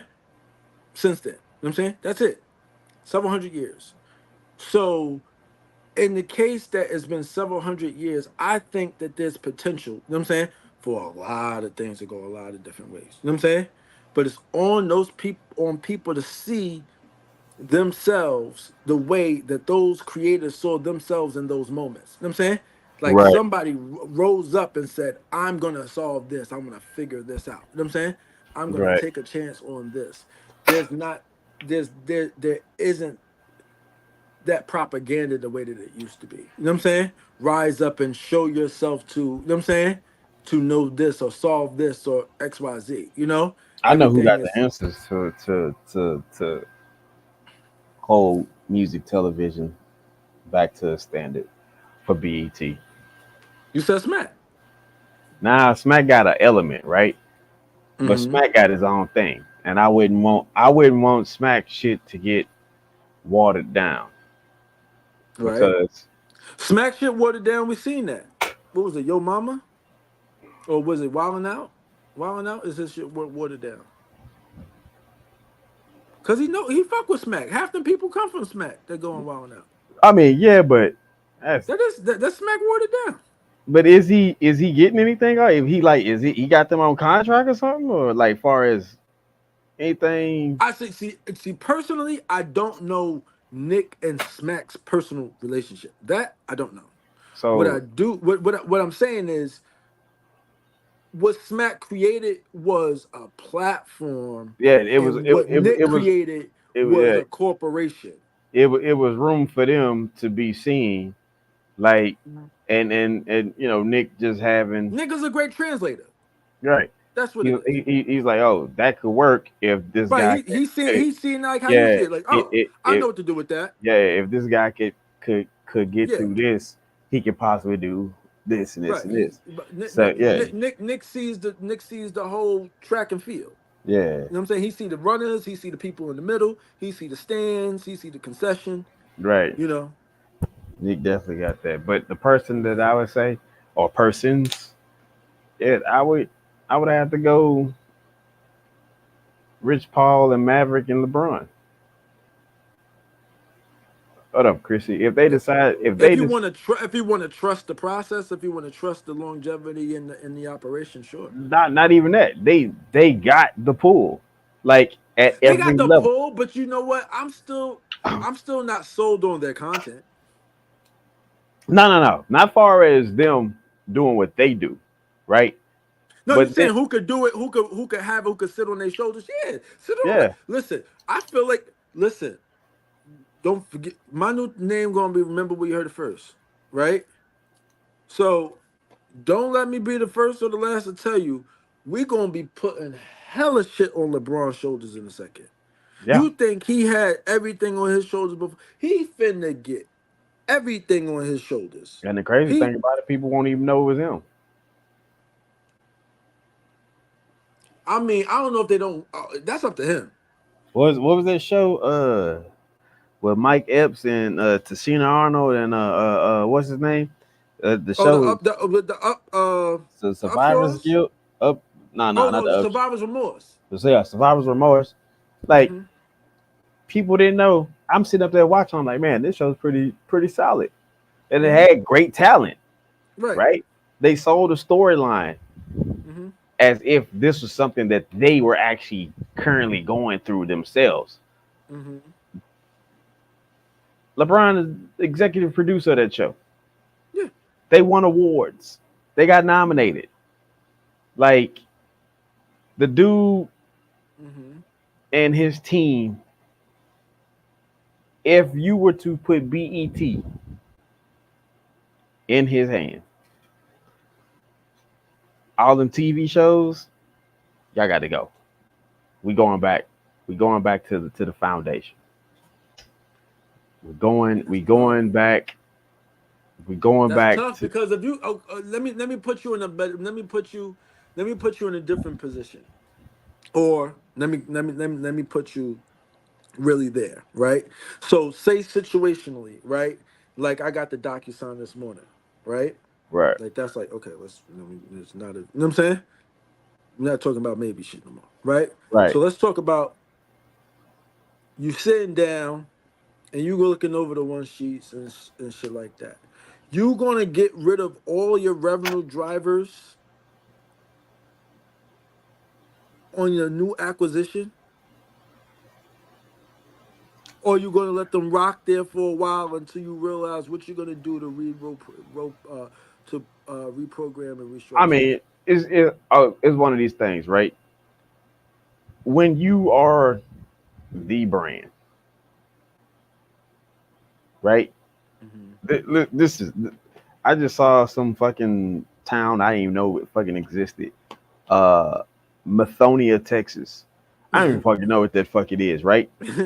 But me and you, we the fucking promoters, and we sure enough guarantee this city of I don't even know how many people are there, don't even know where the fuck is at, honestly, and say LeBron James wants to host a live show here. Mm-hmm. You know what's gonna happen? Yeah, Mathonia, Texas is now goddamn Katy, Texas. It's on the map now. Right. It's something to be reckoned with.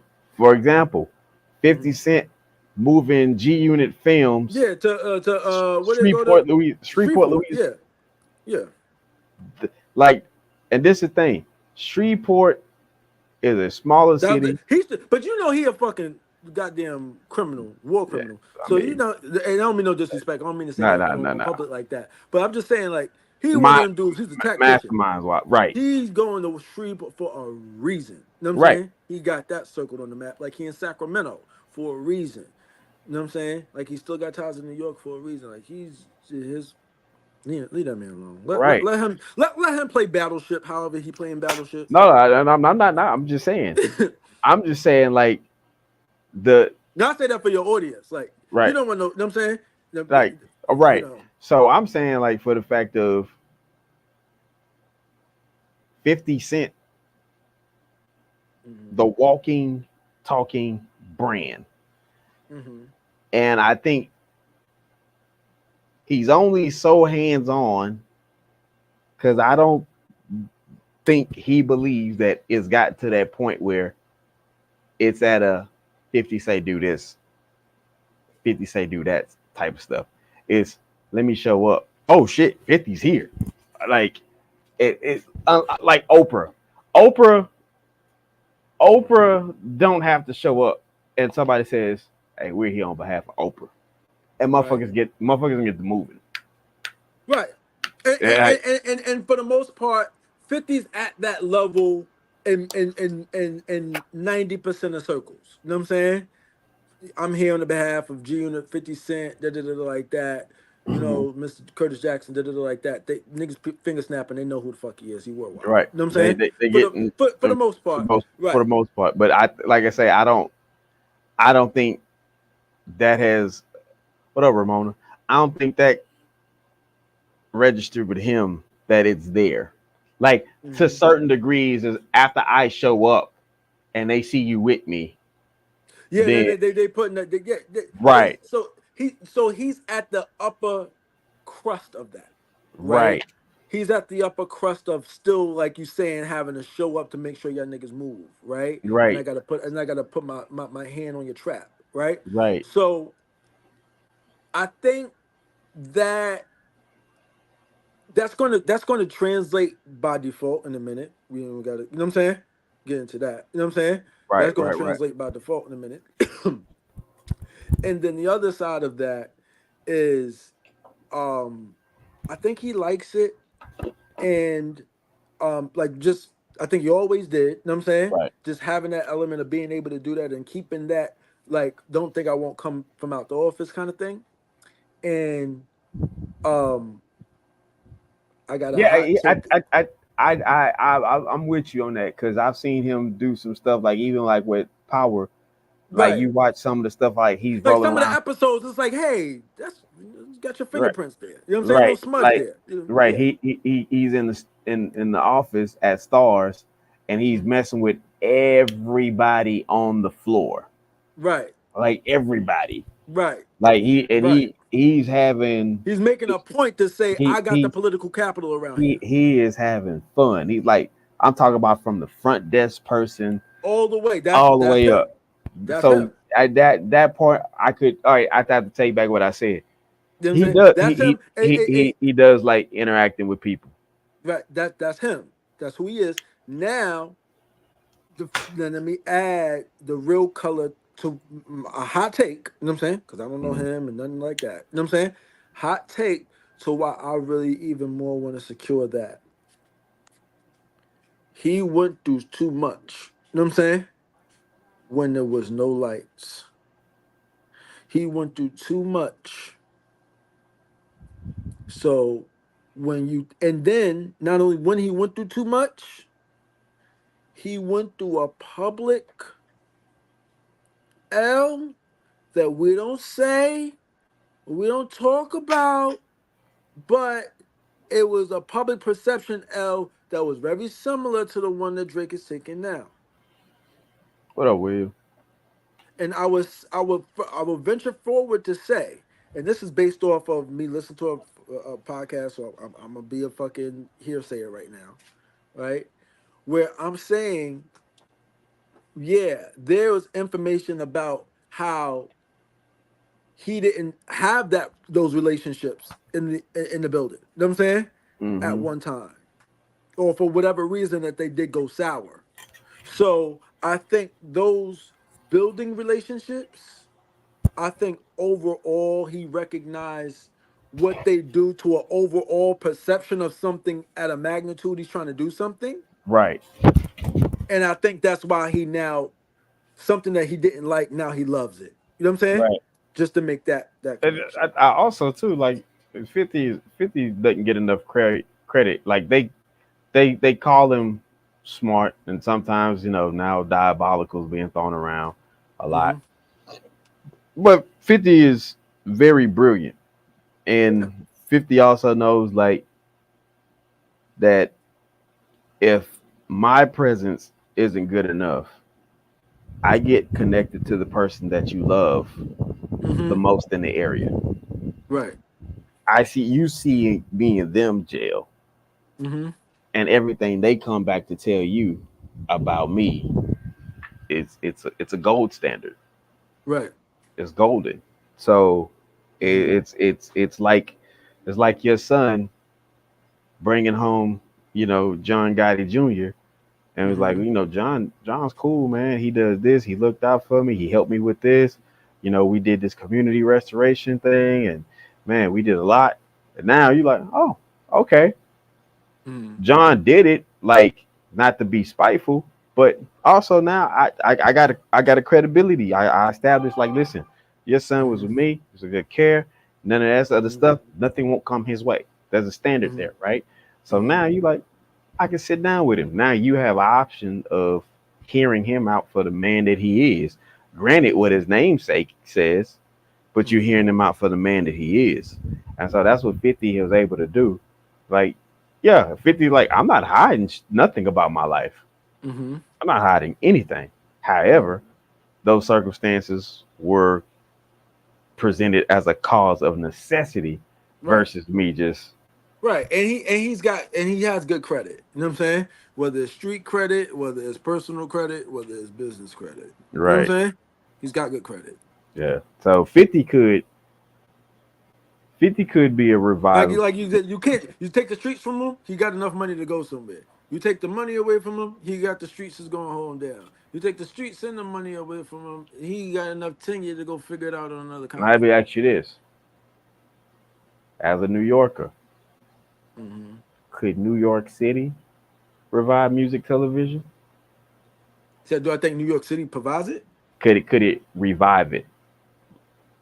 Okay, so my hot take on that is no now. Unless it's me. And me, I don't know. It's a timing thing. So I'm going to say no for the time being because I'm a proponent and believing that sports have a lot to do with the talent that comes out of a city.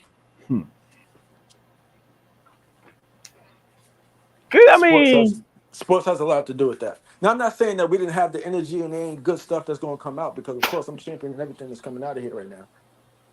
A Boogie just dropped the album. That does work. You know, A Boogie just dropped the album. You know what I mean? Rhapsody, even though she's from North Carolina, she spent her whole press run up here. You know what I mean? Because her whole business is up here. So she sound like a New York, or she East Coast to the death. You know, she's close to going to get to the females. She's got bars. Got bars galore. You hear the album? She's got bars. Like, don't talk to like crazy. She went crazy. I don't. 1 second, D. Yeah, I'm listening to you. I think the only thing that would really, whoever Cardi works with, right?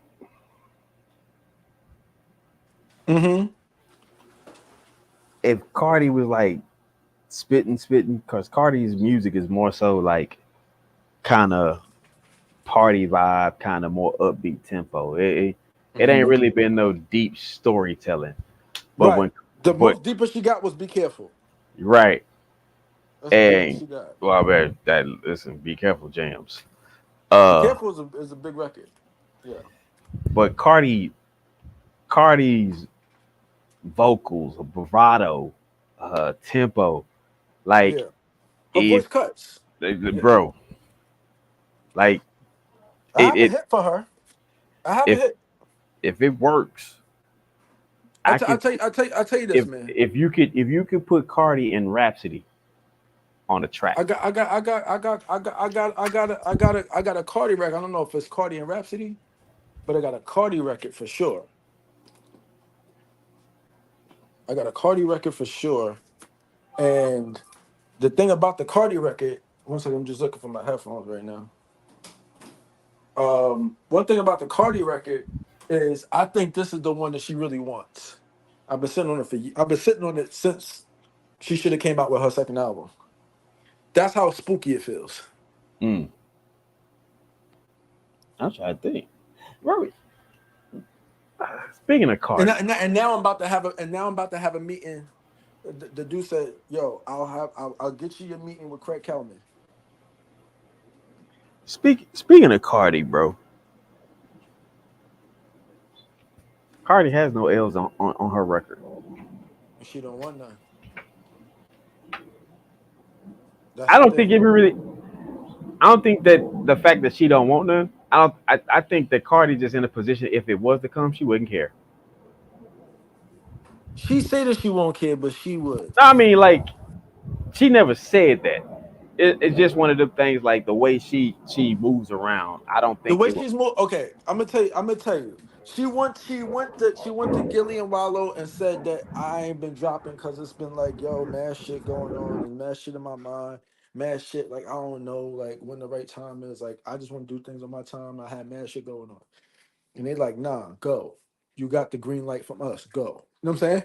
So that was word for her to understand that the streets want to hear it. You know what I'm saying? Right? So she still didn't drop, and whatever happened, I'm sure she had a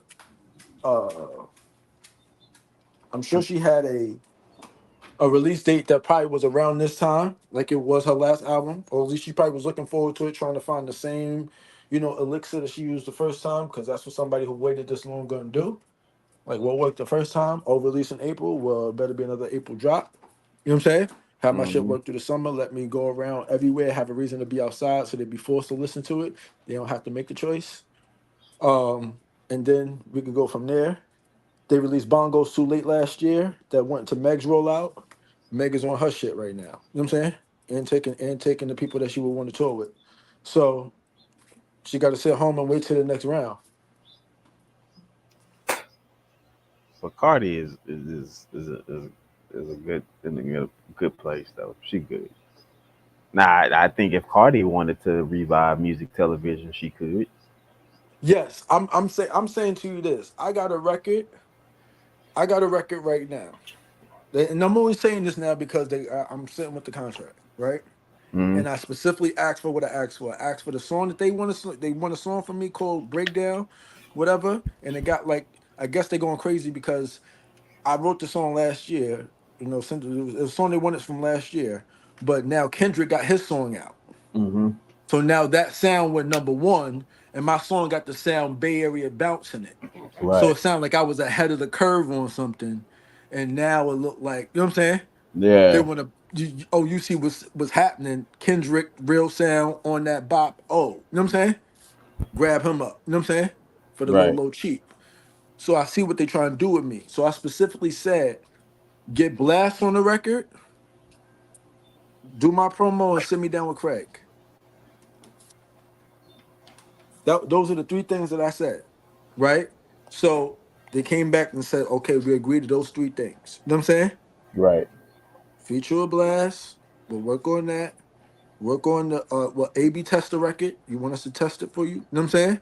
Make sure it hit, whatever like that. End of the meeting with Craig Kelman. That's what you want. We'll work on those three things. Right? Right. Send me the contract today. My plan, specifically to your point, you know what I'm saying? Help the company. Right.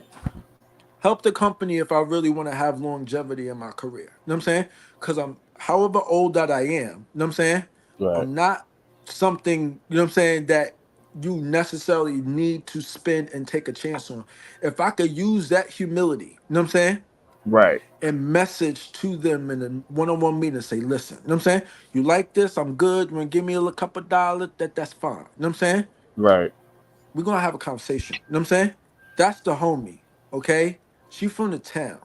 Yes, I see what y'all trying to do with New York, but y'all need her. You know what I'm saying? Y'all need her. I see what you're trying to do. You know what I'm saying? Let me in. You know what I'm saying? Go talk to her. Talk to her how I know I talk to her. You know what I'm Right. saying? Because I know where she comes from. I know who she is. That's like my ex. You know what I'm saying? Right. That's like family. That's like my ex that called me family still. You know what I'm saying? So, not literally. You know what I'm saying? But to clear it up for any listeners and stuff like that. You know what I'm saying? Not literally. I'm saying like her personality, the goings on, where she's gone in her life, mutual people, right? We made on comment, right? Mm-hmm. For that reason, you know, I know I could go to somebody right now who engineer for her. You know what I'm saying? My man Sean right now, engineer for her, Meg, you know what I'm saying? A couple other Right. names I won't say. Like, and I know he doing this stuff right now. I could send him, I'm like, yo, look, you know what I'm saying? I got this going on. I got this written for her. You know what I'm saying? Right. Problem is, I would rather more of a rapport. You know what I'm saying? I know Right. how she gonna want to get to, you know what I'm saying? I don't want to just, I'm saying, like, she don't want none of that. You know what I'm saying? Get in with her. You know what I'm saying? Saying, yo, here's the beat. You know what I'm saying? You can go crazy. You know what I'm saying? I could give you something just as a template. You know what I'm saying? Right. Or you want me to really source it? Because I sourced it a little bit for her. Just the second verse. Because I was thinking maybe me, her, and then her second verse like Partisan Fontaine did. You know what I'm saying? And that extended her a little run when she had one of them records. So, and then Partisan ended up dating Meg. That was weird. You know what I'm saying? But anyway, point is, I have something I was thinking like that. You know what I'm saying? The bop isn't the What up, same. It's Ansel? more Latin. So it's got the Latin side of things, so she can be safe. I'm gonna Right. talk to the labels like how I talk to the label. Like, listen, it got Latin in it. You know what I'm saying? So if for whatever reason she took too long with us, you know what I'm saying? They gonna love her regardless. The Right. Bronx gonna keep her Dominican regardless. You know what I'm saying? You let me do this record. Ain't she Dominican and Puerto Rican? Yeah, you know what I'm saying? Puerto Rican Dominican, right? Double See whammy. that they don't get no more Bronx than that, right? So I got the Olay record. You know what I'm saying? It's when you hear the record, I played in my head, right? The beat in my head, I'm like, yeah, yeah, yeah, yeah. It's like it's immediately like how when you hear "Feel It Coming," Right. it's one of those. You know what I'm saying? Right. So when it comes on, it doesn't give you much of a chance to think, I don't think I like this. Right. You know what I'm saying? Right. It comes on and it's attention grabbing. It's like, Which and then doesn't the happen much. horns, yeah. So the only thing you have to worry about is if there's other things in the beat that make it sound like, ooh, this sound like it should have came out. You know what I'm saying? Right. So let You me know what I ask you mean? this: Yeah. do music channels still hold weight? For those who own their IP, yes. I I, I would say nah, they don't. And the only reason why I'm gonna say now, and then we're gonna get to the next topic, is because ain't no fucking music on the music channel. When you say music channels, you talking about BTs. BETs, MTVs, But like you gotta go back to why that is. I mean, we know why. As far as one particular network,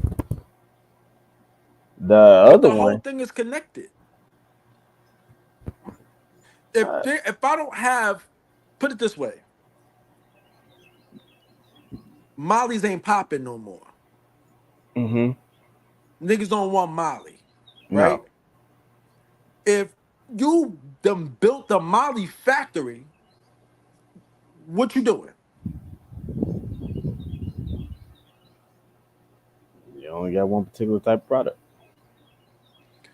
What we see is the real Chinese shit that go on with the music industry, right? You know, Chinese do some shit and they just duplicate it and replicate it, and you know what I'm saying? And that Right. shit is just the, you know what I'm saying, the low scale version or imitation. That's what we saw the music industry did to put bandages on the holes that they were getting, you know what I'm saying? Losing to these platforms that you're talking about, right? Mm-hmm. So the creators, they want more in. There's no collective bargaining. So you got somebody like Cardi, like, do what and for who? Why? I'm already who I am, needing to stay who I am, and people love what they love, and they're gonna pay me what they think they're supposed to pay me for what I've already done. Right. Now it's on her if she decides and she desires. No, you know what I'm saying? Nah, man. I want this to, like, any artist has to. You know what I'm saying? Even me as an artist, I have to be at this place out of all the shit I talk about. Every other artist doing all this other kind of shit, all this other shit. I gotta get back to me and like, fuck. Right. I gotta do what now? All right. You know So what I'm saying? it you said something about sports Mm-hmm. and you know how it is relative to certain cities, Mm-hmm. and I will concede to a level where, like, when the Astros was doing good, you know, they it was some songs that came out during the time for the summer and stuff. Travis was how big when the Astros is winning. I mean, Go shit, back to every year they won and how big Travis is. the And how Astro big World Tour, but you know, Travis also helped himself with, you know, with it's some. symbiotic. I'm not saying Right. one No, don't no, no, help the I other. get you. Because I'm just these niggas listen to the songs. They Travis. getting hype off this Travis. music, and this is where it's taking them. Travis had some fucking great visuals. He had some great visuals. And let's be for real. Like, to win this generation over, Mm-hmm. because there's not going to be the conceptualization of the minds. You They gotta skip. You gotta skip. You gotta skip. If you're trying to start something from the ground up, not. And I know I'm probably going. All these words probably going to come. They're in the internet now. They're probably going to come back to haunt me. Funny thing is, if I say this, you gotta almost kind of, and I'm saying this for hot take because I'm on my man's podcast, right? Right. Gotta skip. You almost gotta skip Gen Z. You know what I'm saying? You almost gotta skip them. You almost, because here's why, and here's my hot take to that, right? They have already come to a level of programming that we haven't seen in human history before because of technology. They have already processed what and what not to give a fuck about before we can teach them why they got to give a fuck about something. Right. So they already are on, they already have fermented processes, you know what I'm saying? That is based off of technical apparatus that's dealing with, you know, things socially. You know what I'm saying? Right. I don't listen to what you say, I listen to what is said in this app. You know what I'm saying? Right. That Right. determines, you know what I'm saying, how real you are, or how valid what you say it is. You know what I'm saying? Right. Right. So it's toast already. You know what I'm saying? That's already been for my son, who was born in 2011. You know what I'm saying? Who'll be 13 this year. You know what I'm saying? So, I mean, there's nothing I could tell Mike. You know what I'm saying? That, I don't mean that for real, right? Well, I'm saying that like in a overarching way, to say if you're starting from the beginning, it's like everything, you got to start from the beginning. You know what I'm saying? Right. Right. Those Gen Zers that you are trying to reach, and I'm not saying that minds and humans aren't, you know what I'm saying, still Right. developing and things of that nature, and people can't want different, all that stuff still exists. I'm saying on an aggregate, really, you know, in a vacuum. You know what I'm saying? I would say this, and I'm glad I don't see many rappers, you know, because when you come down, like, you know, I'm a big car lover. Mm-hmm. Uh, I don't I don't see and hear many rappers talking about that Cybertruck, which makes me happy. Unfortunately, that's an ugly piece of I've shit. seen Fendi with it. I've seen Yeah, it try. I've they seen it try to. it, I'm seeing it trying to get in here. like I'm it. seeing it It's trying to fit. I hope it don't go nowhere. I've I seen hope it stop it. right there. I It's hope Fendi stop right there. I've seen so many people like I have hope them. he stop. And here's the situation, bro. When I see that truck, I automatically go to the fact that yo Tesla and Elon need y'all ass whooped from stealing that 5-year-old design That shit is straight out of Roblox. straight out of Roblox, bro. You can't tell me nothing else. You can't tell me that in a Roblox car. You can't tell me some 5-year-old didn't sit up there That and is just from fucking Roblox. I know my son plays Roblox. I seen that car in right. Roblox. And I'm like, wait a minute, why does it look so familiar? I know for a fact my son plays Roblox. I know the vehicle is a Roblox. It's a Roblox car, bro. You just It's put a it there. Roblox. That's That's it. what I'm gonna call it plural. I'm gonna see a singular one and call it a Roblox. That's what it is, bro. Because it looked like a block that's just rolling. That's It's a all it Roblox. is. I think the best version I seen, I posted it, was somebody converted it and made it look like a car, but it's of course it's a concept. Them geometrics on them got around that wheel well got to go. I'm so sorry. Let that You whole know what? Cause when I seen I'm looking at Fendi, he on his roof. I know he in a good place in his life. Got the book coming out. He's doing different collaborations. He really trying to tell a story. shout You know what I'm out saying? Fendi, man. Shout out Fendi, bro. When I see him with this goddamn truck, and I'm just looking at him like, Trash it, bro. trash it, bro, trash it. And then, listen, he got the book coming out. He got a bunch of. I get it. I get it. Yeah. I'm not doing. Did I send you a Maybach? Did I send you a Maybach the other day? I thought I sent it to you. Nah. I thought I sent you the Maybach. No, it was just. Was it Instagram? Huh? Was it on Instagram? Yeah.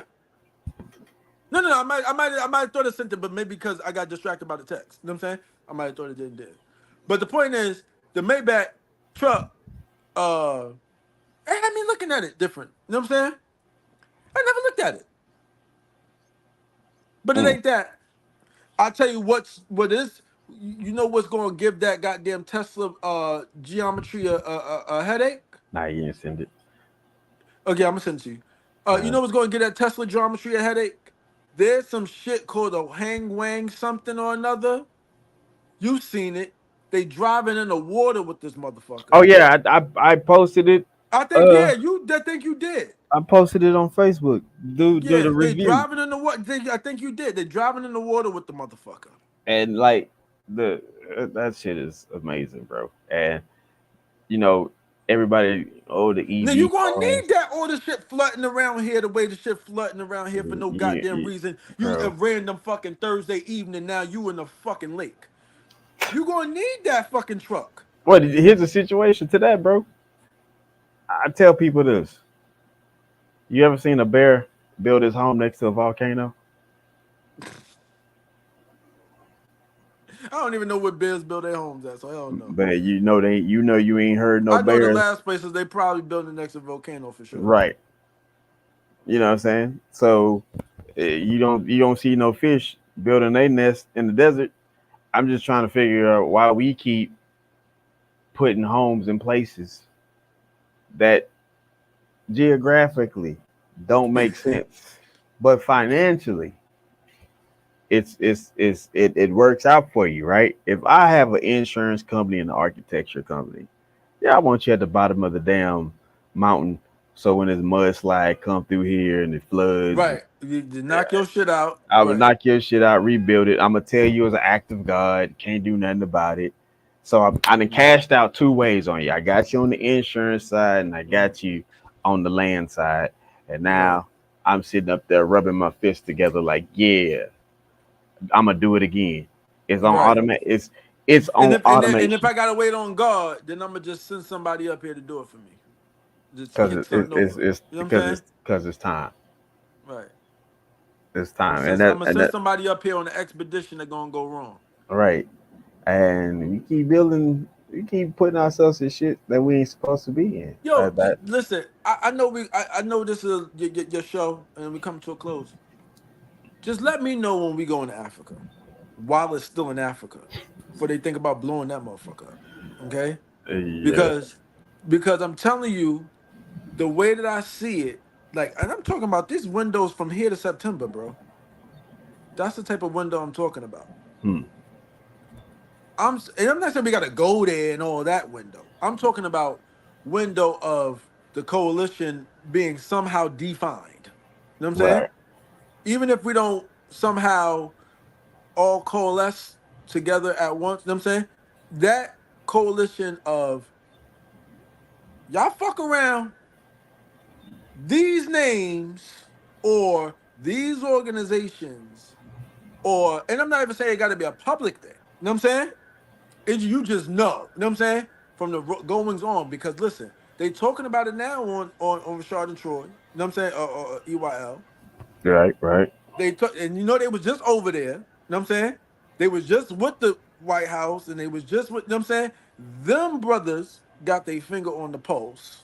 You know what I'm saying? And I'm saying these niggas I know. You know what I'm saying? That's why I look around and I be wondering like, what the fuck gonna happen? I'm like, well, shit. You know what I'm saying? I got to get the fuck. I got to stand up and do something. You know what I'm saying? Because if this my man's over here doing this, my man's got podcasts over here. Don trying to keep himself busy with Ja Rule. You know what I'm saying? Acting like they ain't. You know what I'm saying? Got nothing better to do but stay outside the country and get money. So I'm like, what? You know what I'm saying? Yeah. You know what I'm saying? Nigga, you of a certain age, you got the. If you ain't running a label, if you ain't moving, you know what I'm saying? A new entertainment company that got. What you specifically are you doing? You know what I'm Right. saying? You got too much and you got to stop this. So that's how I'm on it with myself, and that's how I'm on it when you ask me these questions and I go on the podcast and stuff like that. That's the first Right. way I'm answering it. So that's where we at, man. I say now we do it. We do it for real. We gonna do it, man. The Knicks. I knew you had to get here. That's why I tried to carry you as long to the hour as I could. I tried to carry you all the way to the hour, man. The Knicks. I'm actually happy for him, bro. It's okay. I woke up with a new attitude. I'm actually happy I woke up with a new attitude. I went to bed early. I didn't see what happened with Denver. I didn't see Ant-Man win for me. I'm happy for the Knicks for the sake of they got it right. Yeah. They got 3 guys who came from a core situation together. So that bond right there, they have to treasure that. They gotta keep that like Golden State kept theirs. Now, right. You gotta honor that. Right? Mm-hmm. Now, here's the situation. Julius is going to fucking act like he got all the fucking leverage in the world because we didn't win that last game on Sunday. I mean, on last night. He act like how he want to, but Julius will be basically sent to another location. Are you guaranteeing me that the day after? I'm not guaranteeing you that, but if he gets sideways enough, they gonna look at the market. He know if he gets sideways enough. I'm like, listen, the New York market, far as an athlete, is the only thing that could have sent the New York market to another level. And shout out to LeBron for understanding what was not gonna come with that, because he would have made money, but the things where he wanted, I wouldn't say he wouldn't have got one. I think he what it is what I think now is he can see it. If he ever wanted to really like, all right, fine, y'all got me in a corner right now at the party. You know what I'm saying? Right. I'll think about it. Just to get them out your face. You know what I'm saying? Right. You can feel safe saying that, seeing what you seen, seeing what they got, seeing how it's going on. You a savant. Everybody know you a savant. Everybody know. If we see it, nigga, we know you see it. You know what I'm saying? Right. If we ain't blind, nigga. You know what I mean? So, we ain't gonna sell nobody else, but right. Everybody see it. it worked But I don't out. see. I don't. But I still don't see. But that's still too obvious for him. You know what I'm saying? So He don't like his life like that. I look at like Kyrie Harden and fucking KD being in Brooklyn with Blake Griffin and Aldridge and shit and stuff like that. It's like, yeah, but That's where the Jews wasted their money. They like tried to get back at Jim Dolan. They tried to get back at Jim Dolan doing that shit. I'm like, yes, that's New York, but that's not New York sports That's not the media. Brooklyn. No, okay. So I know you out there for you. We come to a close. Brooklyn. Yeah, close them wherever we want to. Brooklyn is Brooklyn. Respect. Right. Brooklyn is Brooklyn. Okay, but Brooklyn is not a native New York team. That's a New Jersey team. You know what I'm saying? So even Brooklyn is still the New Jersey Nets to most New Yorkers. You know what I'm saying? It's the Brooklyn Nets, but it's still New Jersey Nets You're right. because it wasn't the New York team. You know what I'm saying? They're a New Jersey team. Right. And they're expansion New Jersey team at that. Right? So the fact that they expansion Brooklyn, we really look at Brooklyn as gentrified New York. You know what I'm saying? Right. That's the new York that all the tourists want to come to and experience what New York got going on right now. Because it's dead in Manhattan. The Manhattan shit ain't the way Manhattan used to be until this season that the Knicks had, which is ironic when I go down and I'm walking up and down Broadway from last summer and I'm like, yo, and I'm meeting people like kind of key type figurish type people. You know what I'm saying? Over the last year, and I'm like, yo, New York gotta have this type of energy. Broadway gotta be like this, like that. And I just start noticing like I'm seeing this stuff in certain places, and people are like, Mind you, a lot of this stuff been going on. Steve Stout been on his shit too, right? You see Shannon Sharp then came to ESPN, which is right here in New York. You know what I'm saying? All that kind of shit. Right. So all of that to say, I've been saying that it's coming and we're going to need it. They had a very good season. The Knicks had a good season. I'm proud of Jalen Brunson. I'm proud of being top 5 in MVP voting. I'm proud of all my guys and what they gave this entire year. The Knicks were they definitely galvanized the city. What they could have done with a win last night. That would have been crazy. With a day like today, with the weather today. If they would have won last night with the weather the way it is today, I wouldn't be surprised if not only did I not, because here's the thing, like I said, I think I'm probably getting this offer because he from New York, we see the energy, we need that sound, we need da da da da da. All that shit going to these people's minds. I know I've been in these meetings. You know what I'm saying? It sounds like trivial shit, but it's stuff that plays on the mind of the consumer. So when I'm thinking about, they offering this shit because New York is on niggas' mind. New York is in the playoffs. It's not like, what the fuck is happening in New York right now? Ain't shit popping there. You know? That changes people's perceptions. And I appreciate the Knicks for being able to do that. Right. Right. I appreciate them for doing that. But this is what I wanted to say to you, because I knew you was going to hit me with the Knicks shit, right? This is why I'm saying, you saying it's a good thing. This is why I woke up in a good spirit about it. When I said to somebody, whatever they lost, and they said, I knew that was going to happen. I felt like, that was the person that had that seed of doubt in my mind that knew they would show themselves if they couldn't respond early, right? Mm-hmm. To the loss that they had on the road. And right. then they were down early. And then I said, it ain't there.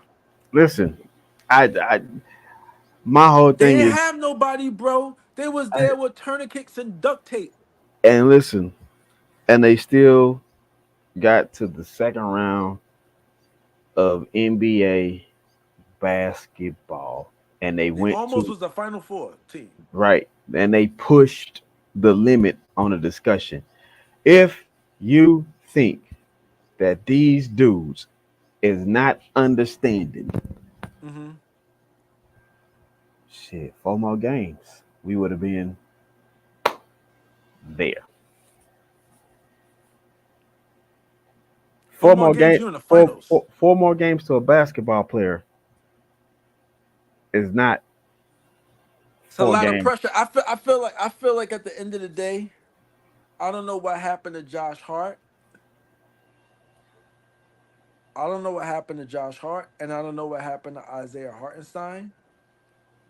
But something tells me something internally happened with Josh Hart, and I don't just mean internally with the stomach. You know what I'm saying? Right. I think that's just how it manifested.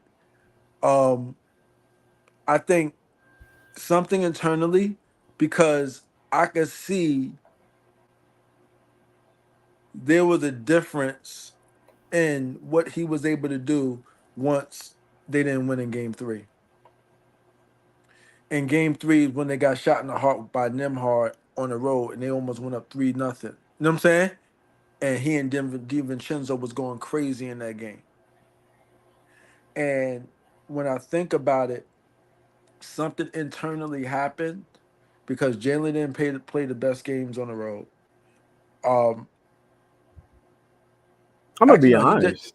He did play great on the road. Actually, that's a lie. I'm gonna be honest. Game 3 was his come out game with DiVincenzo, and he had, I think, 19 boards and like 17 points, something like that. Some crazy stats. So let me ask you this, and I'm glad you brought up Jalen.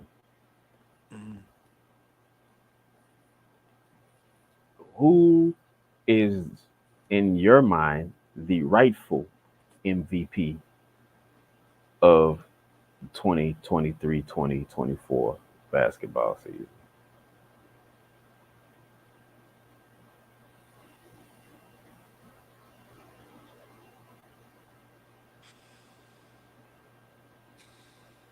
I see why you asked that now.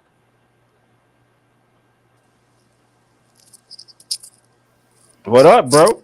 Yeah. Yo. What's the word, man? I'm the back. Geyser. What's the word, man? Yo. Okay, he's back. Hey, Mel. Yep. Because I know Mel and I already put out there he ain't fucking with him. But let me ask you this: who in your mind is the rightful MVP of the 2023-2024 basketball season? Shit. I don't know. I ain't gonna lie. I really been in tune, but like the Jalen Brunson nigga probably. Damn. And I can make a case. And I'm right there with him. It was either him. He said it before I could make a case. It's either him or fucking Embiid. What? Like Joker getting it, bro. See, but like Joker getting it is to me the Gen Z of media. I wouldn't even go. I wouldn't put it on them. I'm gonna put it like this, bro. Let me ask you this: should Jordan have more MVPs? I feel like he got what he deserved. But I mean, okay. You saying he did? All right. I didn't see all of Jordan's career. I only saw the back 9 of it. Right. But just from the standard of what you understand, should Jordan not have more MVPs? I feel like he got what he deserved, though. Because you gotta remember, during the 6 years of championship contention and championship titles, there wasn't a clear, definitive choice to really like give somebody else. I would probably say the exception would be Barkley. So Jordan got it in years that he didn't have. What about but give me a good year. With Barkley 94 maybe? No, he wasn't there in 94. No, he wasn't there in 94. He left in 94. Yeah. Barkley 93? I think that's when he got it that 1 year. Like he got it in 93. Right. So at that point, I'm like, Barkley had a great year. But was the Suns better than the Bulls? No. Barkley was a damn good player. That Barkley Dan Marley year was. It was good. It was crazy good. I still wouldn't put it up to anything of. You know what it was? It was OKC's year. This year. Now that goes another dude that could have been in the discussion. Right? He was number 2. So Again, The reason here's what's interesting. Here's what's interesting about your question, and this is why I was going to make the argument for Jalen, because I was just going to hot take the whole goddamn episode with you, right? So my when you asked me the question, I was going to see ask you before you asked me, Mel, right? yeah, So I would answer that question with Jalen Brunson, and I would give an objective, even though I'm a Homer Nick fan, right? yeah, If I really wanted to, because I wasn't going to go with the Joker. To me, he didn't impress me on an MVP level, right? At all. He didn't impress me on an MVP level. But what Anthony Edwards all season, with Jalen Brunson all season, with Shea Gilgeous-Alexander all season, and what Joel Embiid all season did was impress me all season. Even the nigga from Boston didn't impress me. You know what I'm saying? He was just as good as you thought that he would be. Luka, even he popped out in moments for me this year, but I feel like the second half of their season, he don't even believe that they even made it this far because of all the different trades that they made. But I would say Jalen Brunson, because if he's number 5 and a number 4 person in there, not in the playoffs, the number 2 person in the playoffs, who the number 1 person lost, the number 2 person lost, and the number 3 or 4 person only won one more game than him so far, and they in the next round. So you can give it to that dude, or you can give it to motherfucking Jalen Brunson. See, but they won't give Jalen Brunson only because the Knicks they Yeah. out. No, And they I see mean they already gave it to Jokic, but the oh, point is okay. like, yeah, they already gave it to him. But the point is like the media got to vote. You know what I'm saying? Oh yeah. So it's like based on popularity, if anything. Yeah. Yeah. So it don't even matter how really good you are. I mean, but here's the thing. It's like popularity with it's popularity, but you also gotta have a presentation too. You know what I'm saying? Okay, you're like popularity based on your performance. Right, your performance, yeah. Like you still gotta have the numbers. Yeah. Hell yeah. See, but the thing, but like the popularity shit fucks up at because it's like I can dead like just champion people to vote for me because they fuck with me, not even because it's like I'm doing good. Yeah, but that's the whole thing about like what the press is supposed to be about, right? The press is supposed to be this unbiased fourth estate. Yeah, that's not real though. Being unbiased is not a real thing. Humans are biased by nature. Right. But you know what I'm saying? There are certain, I think, elements where we understand we may be biased by nature, but that's why we make these different factions to where we can examine and express and experience and execute unbiased. Okay. Like what you saying though? Like in court. You know what I'm saying? We all biased people, but we can't be that in court. Nah, they can. Because like when you on the jury, even if the evidence point like the Tory, like I was just explaining the Tory Lane shit.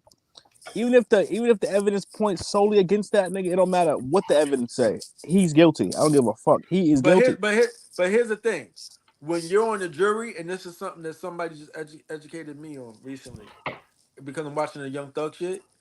Yeah, I watch that shit damn near every day almost. Right? How's that shit still going? That shit's still going. I watch that shit damn near every day. That's a RICO. That shit gonna be over until it's over. So fucking the jury can still, like, the judge directs them on what to deliberate on. You know what I'm trying to say? Yeah. They can't just like go listen to social media, believe what they want to believe. You know what I'm saying? Think what they want to think. Whatever. But you can't tell me that I can't go on social media and be lurking. When I go back to my crib, you don't know what the fuck I'm at the crib. Right. But that's like saying anybody could be anybody behind the scenes, but you gotta hold people to a certain standard. You know what I'm saying?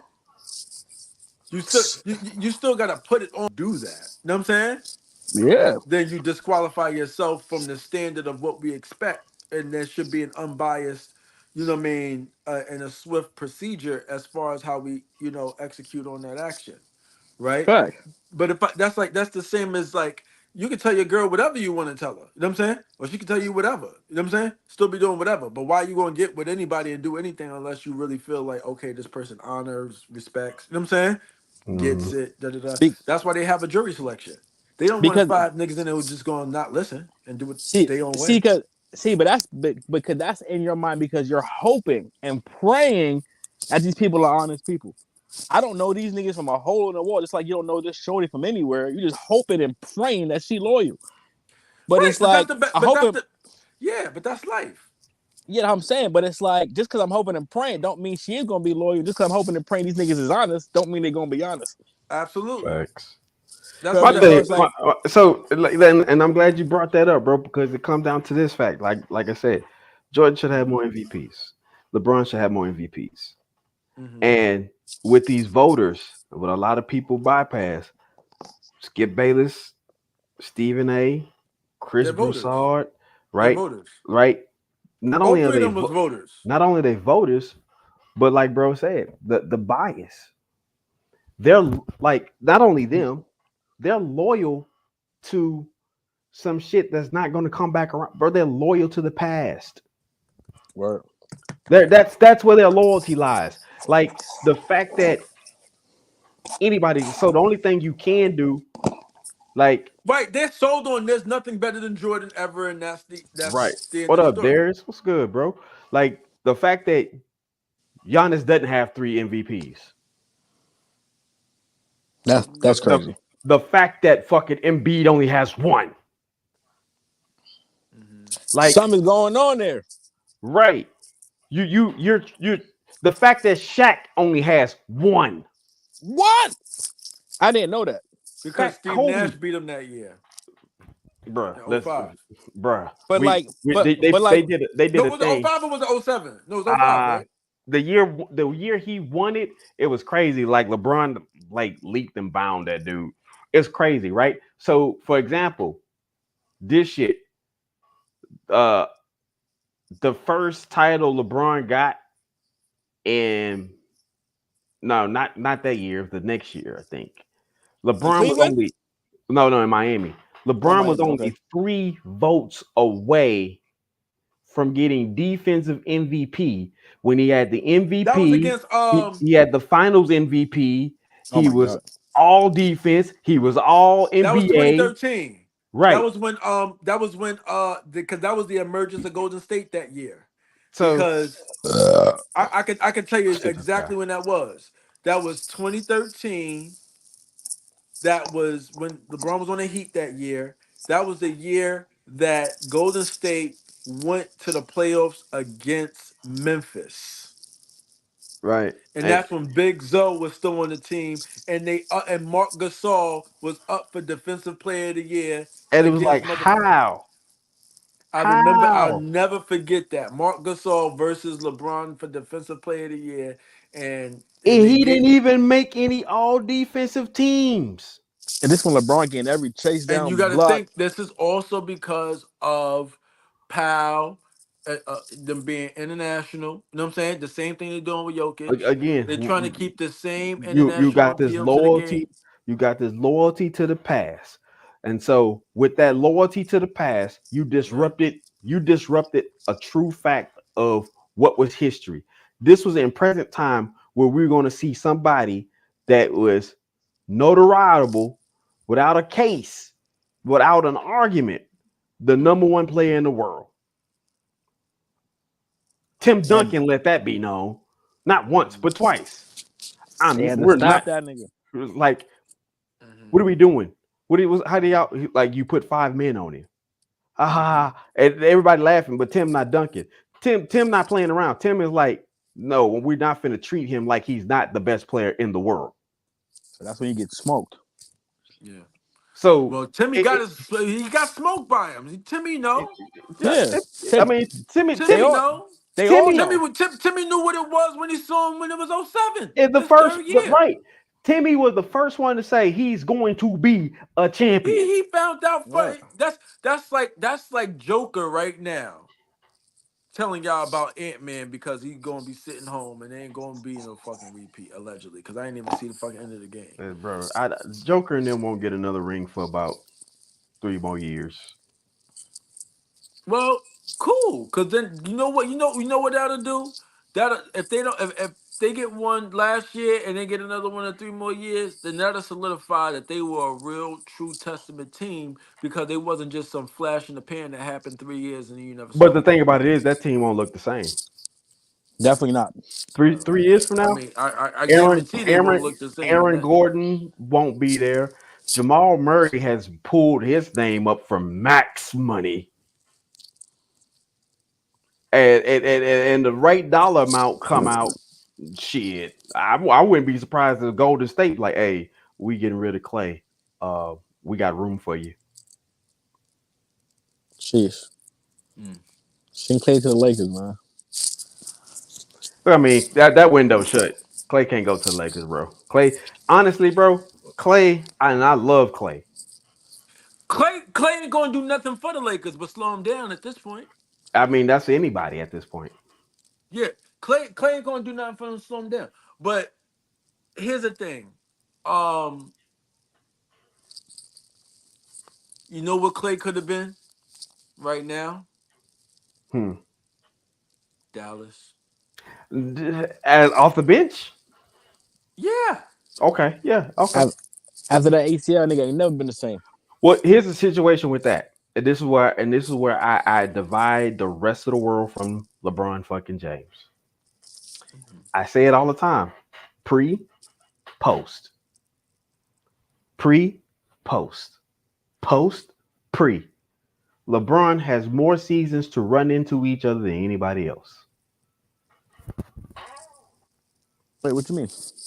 Meaning he been playing more basketball than anybody in the world. Oh, shit like that. So when you see me in pregame and you see me in the world's in the finals, win, lose, or draw, I'm back in the pregame. The rest of y'all had fucking time to go get surgery, fucking rest, sleep, catch up. He just started that shit like 4 years ago. 4 years ago, he started this rest shit. Like, all right, I'm gonna take a month off and chill out. Cause he ain't been in the playoffs. Cause that's really what been making him chill out. Oh shit, what do I do with this time? And I want people to understand this. If you look at Jokic from his first playoff run that was successful in the bubble to now, the movements is not as fluid. You look at Kevin Durant. He's still getting you buckets, but the movements is not as fluid. These niggas is getting old, bro. It's not only that. It's, bro, your body to withstand the consistent measure of not only time, because shit, even if you didn't run or jump as much, like if you just sit there and write stories, there's going to be some type of fucking situation to come up. The lapse in this situation is a lot of people don't realize the wear and tear. Buffalo Bills.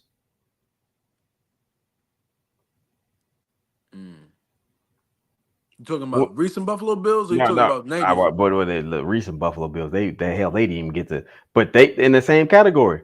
Josh Allen's performance this past season, it ain't finna get no better. But yeah, that's when you going back to New York shit. You know what I'm saying? Like they was riding off Griselda's energy when Buffalo Bills was doing what they was doing. There's an undercurrent in the community with that Griselda shit. You know what I'm saying? That's from Buffalo. That's from out in, you know what I'm saying? Upstate New York. that's riding the undercurrent for these niggas feeling excited and that they got something to ride for the city. You know what I'm saying?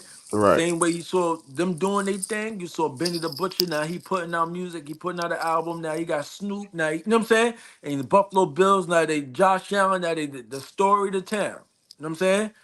When that fucking crest falls, you know what I'm saying? I ain't hear that much from Benny the way I was hearing from it on his album rollout. You know what I'm saying? Now I'm not saying he don't still got his thing going on or whatever the case is like that, because we all could suffer from these perceptions, right? No, it's just but It's just mighty ironic that you don't waste no time trying to get hot when your city is on fire. nah. You Don't. use that to your benefit. There ain't a nigga I know that ain't trying to do something to music while the Knicks is relevant in the playoffs. You know what I'm saying? Or Right. some type of shit, because you just know this is when there's eyes, this is when people pay attention. It's just a regular, natural. You know what I'm saying? I mean, you're right. Look at Nelly and the Saint Lunatics. Like that right there is a testament to everything you're saying. When they were hot, the Cardinals won a few. The Rams The won. Rams was winning. Like if you go back to each one of these shits, you'll see, like, hold on. Like, we had Empire State of Mind. Hope did that shit in the motherfucking brand new Yankee Stadium, nigga. We going a brand new championship right along with it. Yeah. You get what I'm saying? Yeah, Like it's that there's something to that. You know what I'm saying? I keep telling people, when Wiz came out with Black and Yellow, I was in Richmond, right? VCU made it to the Final Four. They Black and Yellow Rams. I right. know what that song was doing in the town on the radio and getting people excited, and everybody just see black and yellow, and now all of a sudden all that energy galvanizes the I team. think when that song came out, that was after Nigga, the Pittsburgh Steelers went to the Super Bowl. Yeah, they beat off that record. When that song finally hit mainstream and went to radio, they went to the Super Bowl. They beat the Cardinals. Yeah. They went to the Super Bowl when that song went into rotation. So I say all that to say, you look at back in the heyday of MMG, that's all LeBron in Miami. Right. I mean, yeah, it definitely has it has its pulse for sure, without question. It's not to be denied. Because I'm just saying right now, even now, like off the legacy of anybody from St. Louis, you can mention Muhammad Ali. Right? You can mention Ali in your rap. And it's going to be prevalent. It's going to have that. Ali from the St. Lunatics got pressure like that. No. Muhammad Ali. Muhammad Ali. Yeah, he's from Missouri, but you know, I mean, that whole St. Louis situation, right? It's to a point where niggas is not actually from the city, but they like they for sound example, like Jason Tatum to me. So for example, LeBron, Cleveland. LeBron ain't from Cleveland. He's from Akron, Cleveland at all. Right? But if you from Cleveland, like Bone Thugs and Harmony, you can make that matchup of you gonna adopt. Right. You gonna adopt them.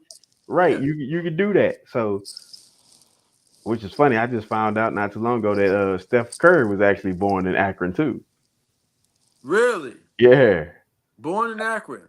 I was like, what? That's why LeBron always be up his ass like that. Pause. No Diddy. No Diddy shit actually took off, bro. I actually thought that was corny. I thought that was corny too, but that's Gen Z for you. Gen Z gonna take it. Gen Z put wins on anything. They like Red Bulls. I thought that shit was corny, bro. I was like, did this shit really fly like that? Like, no, people. It's coming off the tongue. Pause. Like yeah. Like pause. I'm gonna be real with you on that. Like, I used to hate when dudes but that was I've been saying that since I was a kid. I get that, right? That's a New York thing, though. It is. It is. And I'm always like, dog, Stop saying that shit. Because bro, there's no need to interject that shit, bro. It's like a nigga that is minding his business and a bank robbery is taking place, and he says it wasn't me. Well, you automatically become a suspect, bro. Right. We wasn't looking for you, but since you let here, me tell you something, D. I thought like that for so long when I was a young kid in my life, right? Because people catch me so much stuff. Hey, yo, Paul, you know what I'm saying, all through my life, right. Like that, I get it. Bro, all through my life, I've been for the same reason. I blame that shit and I blame TikTok, right? At the same time, like, bro, stop this shit. Like, nah, don't blame that shit was around before TikTok. But I'm saying it like the metrics TikTok of it, right? Takes shit to a different level at this point. So to a point where I got people coming to like trainings and shit, and I'm talking to this transgender dude, telling him like, "Hey man, make sure you keep this up and up." And say, well, you don't have to worry about sexual assaults and stuff like that. Nobody trying to pin one on you. You don't have to try to play that game. And he said, you gotta say SA. SA. What's that? Bro, because you can't say the word now. So here's a situation, that's bro. I'm like, Gen Z shit. That is some Gen Z shit. That's some dumb. That's retarded. I don't know about that. Here's the crazy part, bro. We're in person, and he's in our age group. So I'm like, bro, don't fucking say that shit. You're a grown man. Say this shit. So I got a homeboy. This nigga is 6'2", 220, ex-Marine, a Q dog. He at the gun range with his boys. And they talking about, oh man, this is my favorite pistol. This here's my favorite rifle. This here's my favorite shotgun. And this big ass nigga says, oh, and my favorite pew pew. And they said, what? And he said, what did I just say? What did I just say, bro? This nigga, you said pew pew. You can't hang around me no more. Like that type of shit. Nah, come around me no more. So that's a pause right there. Yeah, you gotta it's like, pause that. Hey man, you gotta pause. Hey, evaluate. Take a moment. Nah, bro. What's going on here? Nah, bro. What do you mean? Can you explain yourself? I've been around you a while. Yeah, you know what you did. Let me land this for you though, D. Let me tell you why I've gotten more on the bandwagon as a New Yorker. You know what I'm saying? Because it's an identity thing for sure, and I get that. Right? You at least tell people where you're from when you're talking like that, but now TikTok, nobody know where anybody from. But that's one slither of it. The main thing of it, but I really turned my tenor of it, is when I realized certain people were in the music industry or the entertainment or the fashion industry, right? All industries that I frequented, right? And I didn't get that far in these industries, right? I just frequented, going to a party, you know what I mean? Real granular level stuff, right? So when I start talking to certain people and I start realizing certain situations that I may have been in or may have, happened, I don't know if this is a commercial while I'm talking. Yeah. Okay. I don't know how that whole thing went. I don't know. Network plugs. Network plugs. Network plugs. Yeah. Okay. So no, but from there's a lot of experiences where I realized people say, "Hey, yo," you know what I'm saying? There's a lot of people, you know what I'm saying, who try a lot of things. You know what I'm saying? And you gotta be mindful, you know what I'm saying, of these people who try things. You know what I'm saying? And I remember the first time I ever really tried to drill down pause, right, on somebody who actually wanted to educate me on. You see why you got to do that? Because I'm talking with my mind. The talented mind got something else going on, and we trying to clear it up. So the point is, when somebody came and let me know, like, hey, this is what goes down in the industry. You know what I'm saying? And it was the first times I ever heard about named individual. You know what I'm saying?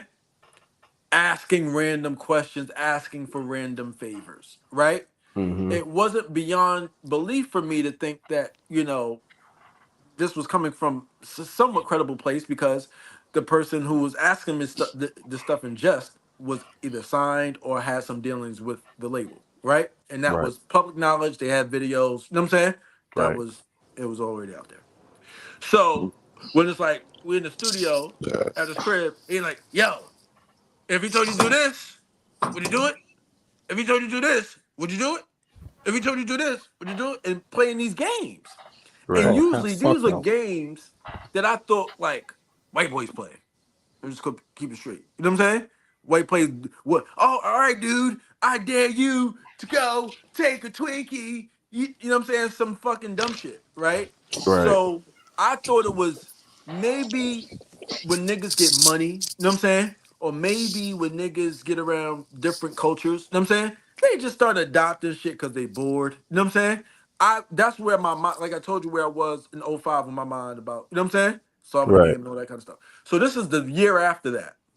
Just after I meet Bleak and they telling me this type of stuff in the studio. And I'm like, this is the weirdest thing ever, but I'm thinking that they trying to just how should I say, like, what do they do to what do they call it when you're in a fraternity and they like hazing.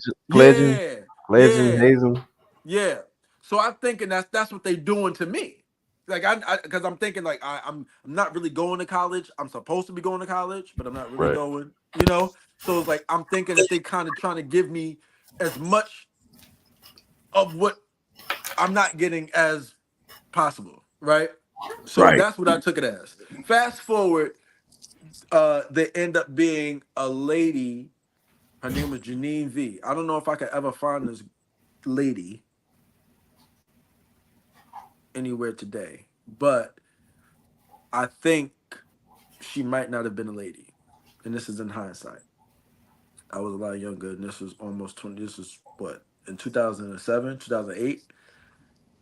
There was a artist that was a female that Funk Flex was promoting because she showed up at all his car shows. She got a following on MySpace that had over 4 million followers on MySpace. This is just as the transition's happening. I met this person in person, seemed to be a female. I don't know anything after that because there's no career after the last show that we did together. And I was told by people who work with me, yo, this person is not what you think they are. And I'm young, you know what I'm saying? I don't know nobody. I'm not in the business. I don't, you know what I'm saying? But there was one guy who was representing her, and then she was coming to me saying, hey, this guy doesn't let me do what I want, and was trying to manipulate me to being like the manager. So I'm uncomfortable, and I'm trying to figure out, okay, is this really, is this not? I reach out to the people who were putting me on game, who were out of state in Atlanta, doing some big things, and told me, no, bro, you see her hands? That's a man. And that person be all around all them celebrities. They be in a bathroom with this fucker. I'm saying she had 4 million followers on MySpace at the time. You know what I'm saying? Was at all the Funk Flex car shows. Yeah, she was at more in the car shows. Like, had a song with the Yin Yang Twins. Yin Yang Twins was on her single. And the name of the record was Spend It. As in spend the money. As in trick on me. As in the beginnings of when we started to hear I need a sponsor and all that kind of shit. So started this gangster shit could potentially be Remember Where You Heard It First. And was getting a whole lot of fucking support from the radio stations, right? Was getting a whole lot of support well, clearly on social media or whatever it was at that time with MySpace, right? Had those things on lock. What up, AJ? What up, Chrissy? And at the end of the day, had support from the industry because she had a feature with the Yin Yang Twins that was hot. You know what I'm saying? Back then. So I say that to say, yeah, there's a definite no Diddy clause. You know what I'm saying? Going around. Hey, bro, like, you know what? And I understand the origins. Is No, all that I'm I trying to say. I And understand. then like I they said understand. Cameron started the Paul shit too though. No, well, I won't doubt it. No, pause was before even Cam, bro. So Niggas he, saying Oh, what? pause way yeah, back. but I wouldn't doubt if he wouldn't be like the first one, like to like Make Yeah, it yeah, popular. it got real big with Dipset. Cam's got this dramatic size thing to him where he could put things in a certain format and it'll blow over, it'll spill over. Yeah, So facts. the situation with the No Diddy shit, bro, I'm like, well, you ain't doing that but making it more relevant. I mean, but like you're not taking every time you do that, you're not taking money from him at all. Of course. But now it's like you're making him he's infamous now. And because like now when you saying No Diddy, you saying like that's saying shit without saying it, because it's like Diddy mean No Diddy, people use it as like a pause. So you say now you're saying No Diddy, now you're saying like, yeah, he's gay. Feel me? So it's like, who wants to be called that? Feel me? Who wants to be walking around and then you walk around with your kids and then somebody next to you saying No Diddy? Feel me? That's not cool. Feel me? But that's based on the shit we done heard and seen him do. Right, bro. Back in 2000, I would say before 2015, you'd be 1,000% correct. Anything after 2015, they want to be called and known everything. What's up, mom? They want to be called and known as everything under the sun. But not when you got kids and your kids. You got. Nah, I don't think nobody's child wants to be next to or be known. So there's a comedian named Flame Monroe. Now, when you hear the name, what do you think of? I don't want to think about it. No Diddy. If you saying something, I can't hear you. Whatever you did. But gone area dog. You not mute. Let me see something. If I could do something real quick. Let me see. Okay, bring you. Try now. Good. Yeah, come back. So, yeah, bro. Like, so Flame Monroe, all the bro kids is in college at this point, or just about. Yeah. And Flame Monroe is known as man. Fuck that. Let me do this. Wait, just say it though. I want to show me some shit. It ain't gonna. It ain't gonna register for but it's like, was this person going by this name their whole life, or like going by this image their whole life? Let's see. Cause like his image was not this the whole time. His image was a person of stature, of like leadership. He got the keys to New York City. That was his whole image. So now when you bring up some whole other shit, it's like now you're kind of trying to ruin a nigga image a little. All right. Let's see.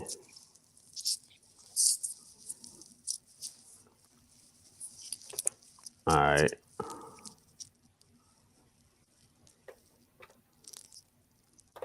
I got nothing but respect for bro because he kept it a whole bean. With what? You'll see. Oh wait, what do you mean with the flaming person? And that's the thing though. If a person is being honest about who they are from the beginning, that's not the same. Because Diddy wasn't being honest with who he was from the beginning though. Wait, you see that? Yes. He, she, we. He, she, we is my pronoun. Okay. Because he cash a check, she get the money, we spend it. Same bitch right here. He, she, we. One bitch. The man and me been pimping the woman and me for 25 years. Mark Parker don't make no money, but Flame Monroe, that bitch is a killer. Yeah, but checks don't come in Flame Monroe. Yeah, I had to ask because like every time Tiffany would hit me about you, she would say he, she, we, and I'm like, I know y'all friends. That's but my own creative pronoun because Okay. the trannies, the gay community is so up in arms about the whole pronoun. What name you call me? Nigga did the check clear. Yeah. That's all I need to know. Well, who is Flame Monroe? A bad bitch. That's too early to be in New York. It's cold. I am. Well, put some goddamn clothes on, Flame. I am dressed. Nobody told you to dress like that. The Breakfast Club. I was trying to entice you a little bit, Charlamagne. Don't tell nobody. No, Diddy. Hey, yo. What you thinking, Charlotte? I want to know why they call you the God. There you go. Black men do not cheat. Oh, that's some new shit. I seen your show when you just said you just stopped cheating about a year ago. So Yo, let's go Flame, there. what you doing? I do yo? watch the show, player. What you doing? I am most important position I have in life right now is I'm a dad. I have 3 kids, 2 16. Nigga, voice change is mad. Nigga, voice is changed. What the brilliantly fuck? excellent in school. I'm so proud of that. That's dope. I'm a comedian, just a well-rounded whole person. But I feel like that's way different than the Diddy shit because this person has been claiming this image for their whole life. Right. So it's like it's nothing that my son knows this about me from they've been know this about me. So the crazy thing about like I said, the whole thing was like the first thing first, I'm a dad. And you'll find out even the ones that's kind of hiding it, on a certain level. Yeah. It's like with their household, it's like, hold on. Cause I can't tell you, bro, it's been dudes that I didn't know how to respond to them. And then they're like, no, bro. I'm like, we cool. I'm like, oh, word? Like, yeah, this is what I do, but I'm still a man. I'm like, oh, bet. Well, well, shit. I respect. You know what I'm saying? So, and that dudes like that, it's like, hey, that dude's like, listen, he say he literally made his children in that position. Hey, yo. Hey, yo. That shit is crazy. Yo, this is different. Shit. See, but like I would respect him more than I would respect a nigga like Diddy though. Because it's like he's telling you this is who I am. For me, you gonna accept me or you're not. Mm-hmm. That's respectable. For me, I don't give a fuck you gay, straight, nigga. I don't give a fuck what you is. But if now it's like if you're telling me this is who I am from the beginning, yeah, nigga, how can I not respect you? You're honest, nigga, you're open, you're being transparent. Those are respectable traits. Right. But a person who's telling you they're this person and they so stand up and that nigga is a weird nigga. And it's like not this nigga just showed me the Diddy nigga, he's weird, bro. And it's not like because I don't know the nigga personally, but it's like if you hear everybody got a different story about Diddy house, Diddy party. Don't go to Diddy house, Diddy party. They do weird. It's not one person. It's not 3 people. It's not 5 people. It's millions, hundreds of people telling you about Diddy house. So here's the crazy part, right? I've been to a Diddy party. Oh shit! Don't tell me he got you, D. Don't tell me he got you, D. No.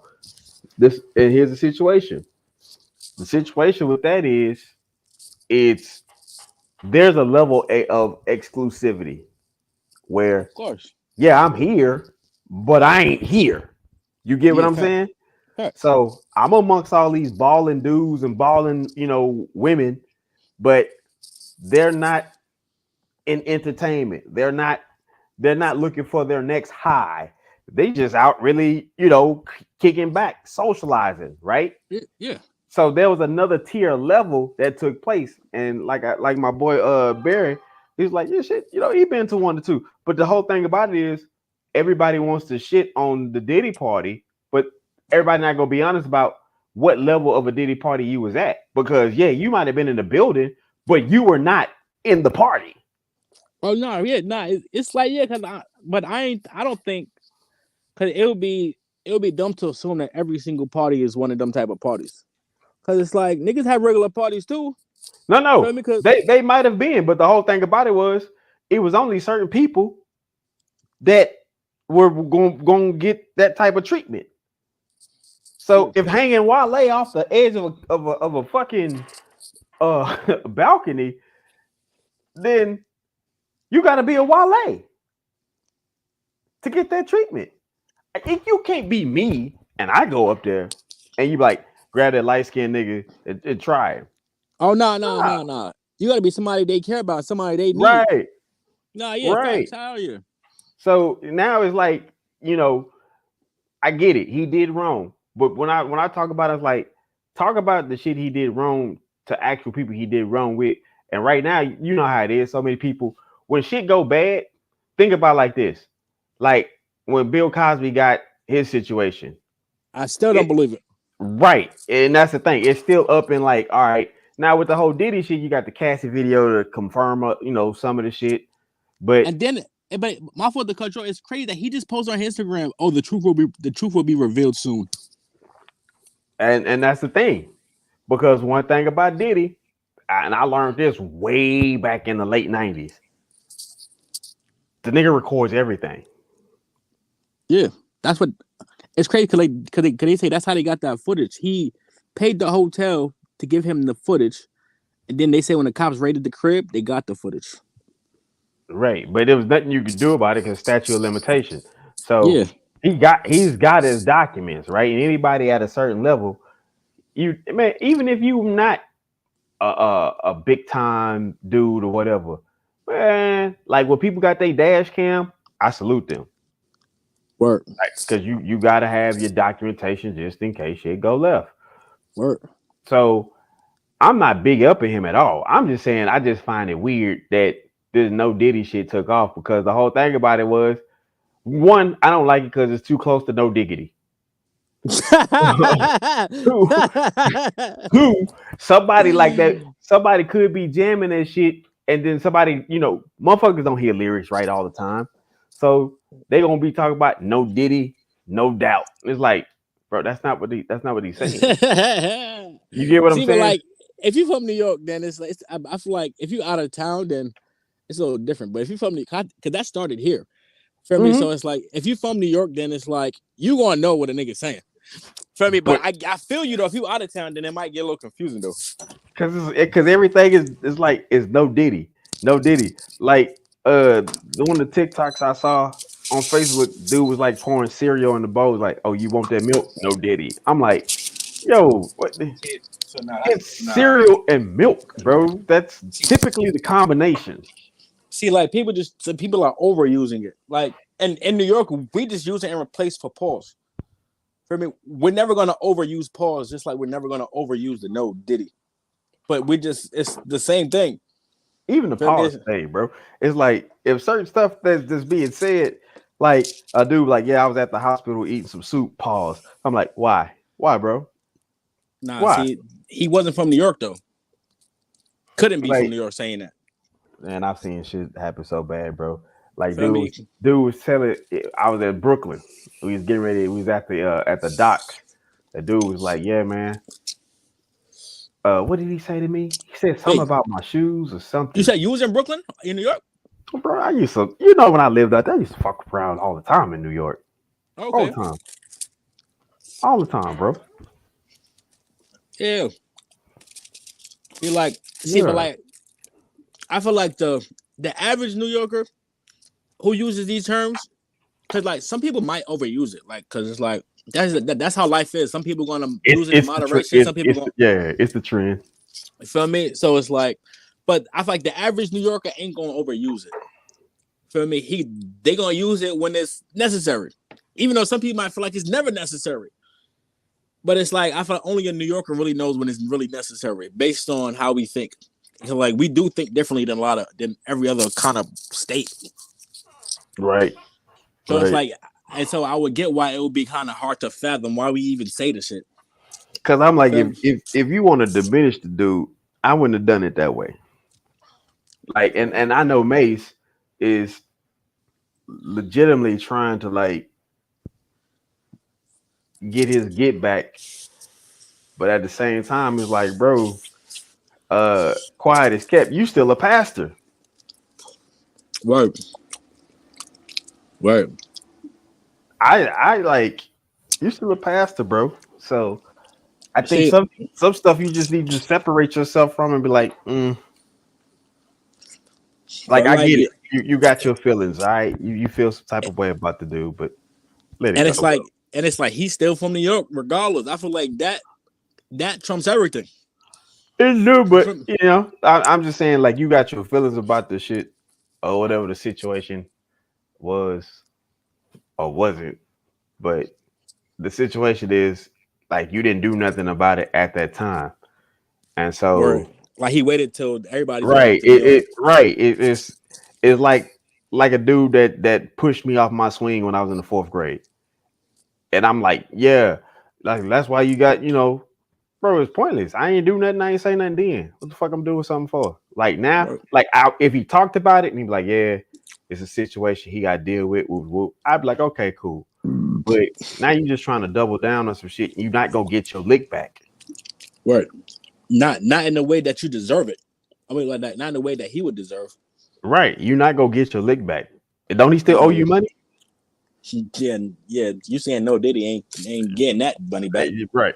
So I mean, I would have squared off business first. I mean, see, like in that aspect, I agree because it's like you saying no Diddy or whatever you want to say to the nigga, that's not enough.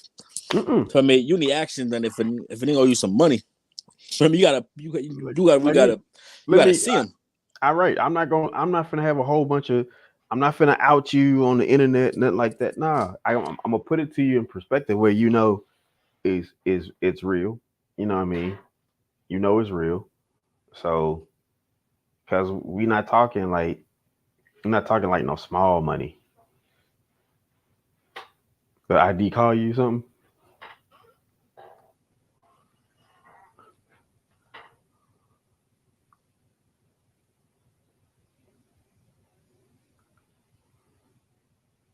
Yeah, a phone call.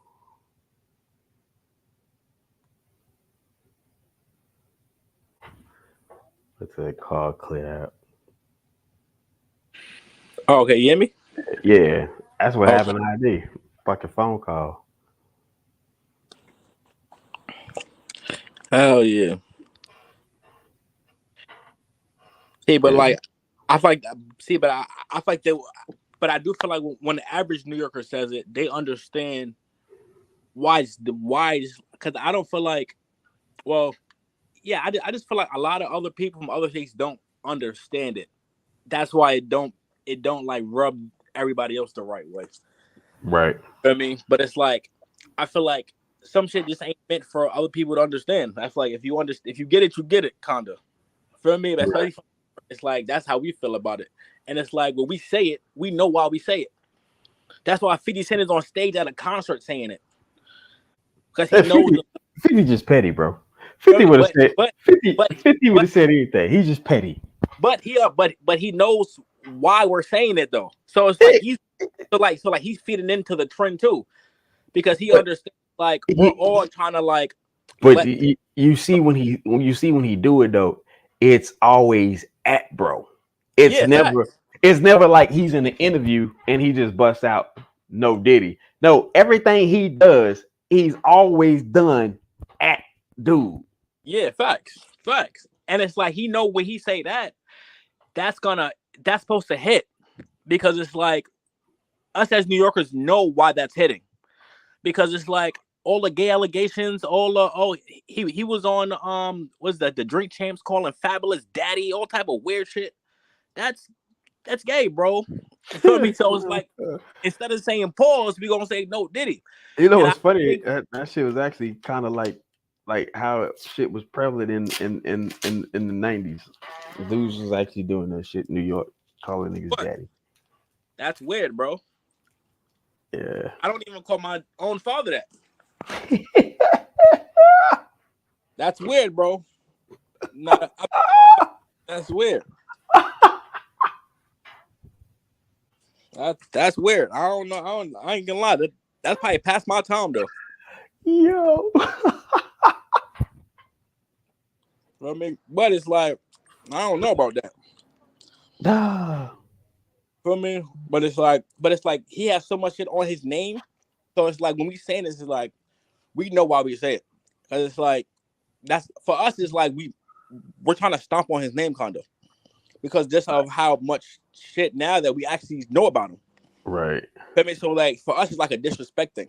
and not saying we know. It's always been like New York is disrespectful as fuck anyway. But it's crazy because like his son just dropped a diss track saying like it's trash. Feel me? But it was trash. But the funniest part was he was like, oh, if he had anybody saying no Diddy, he gonna punch on him or something. But he don't realize. But what he don't realize is, as New Yorkers, you tell somebody don't say that, they're gonna say it in front of your. They're gonna pull up to you and say it in your face now to see what you're gonna do. So, I mean, my thing with bro is like, fam, you're living a very comfortable life and you're in LA. Yeah, I don't think he thinks he's from New York. If I'm not sure, but I don't think he's from. You live a comfortable life, bro. You're not going to chance that shit. But in reality, even if he did chance it, I don't think it would end well for him. So, I mean, he might need some backup, or he might have to just bring his people. But he's not doing enough by himself. Because New York is not a place to play with people. Feel me? Especially if you don't got a whole army behind you.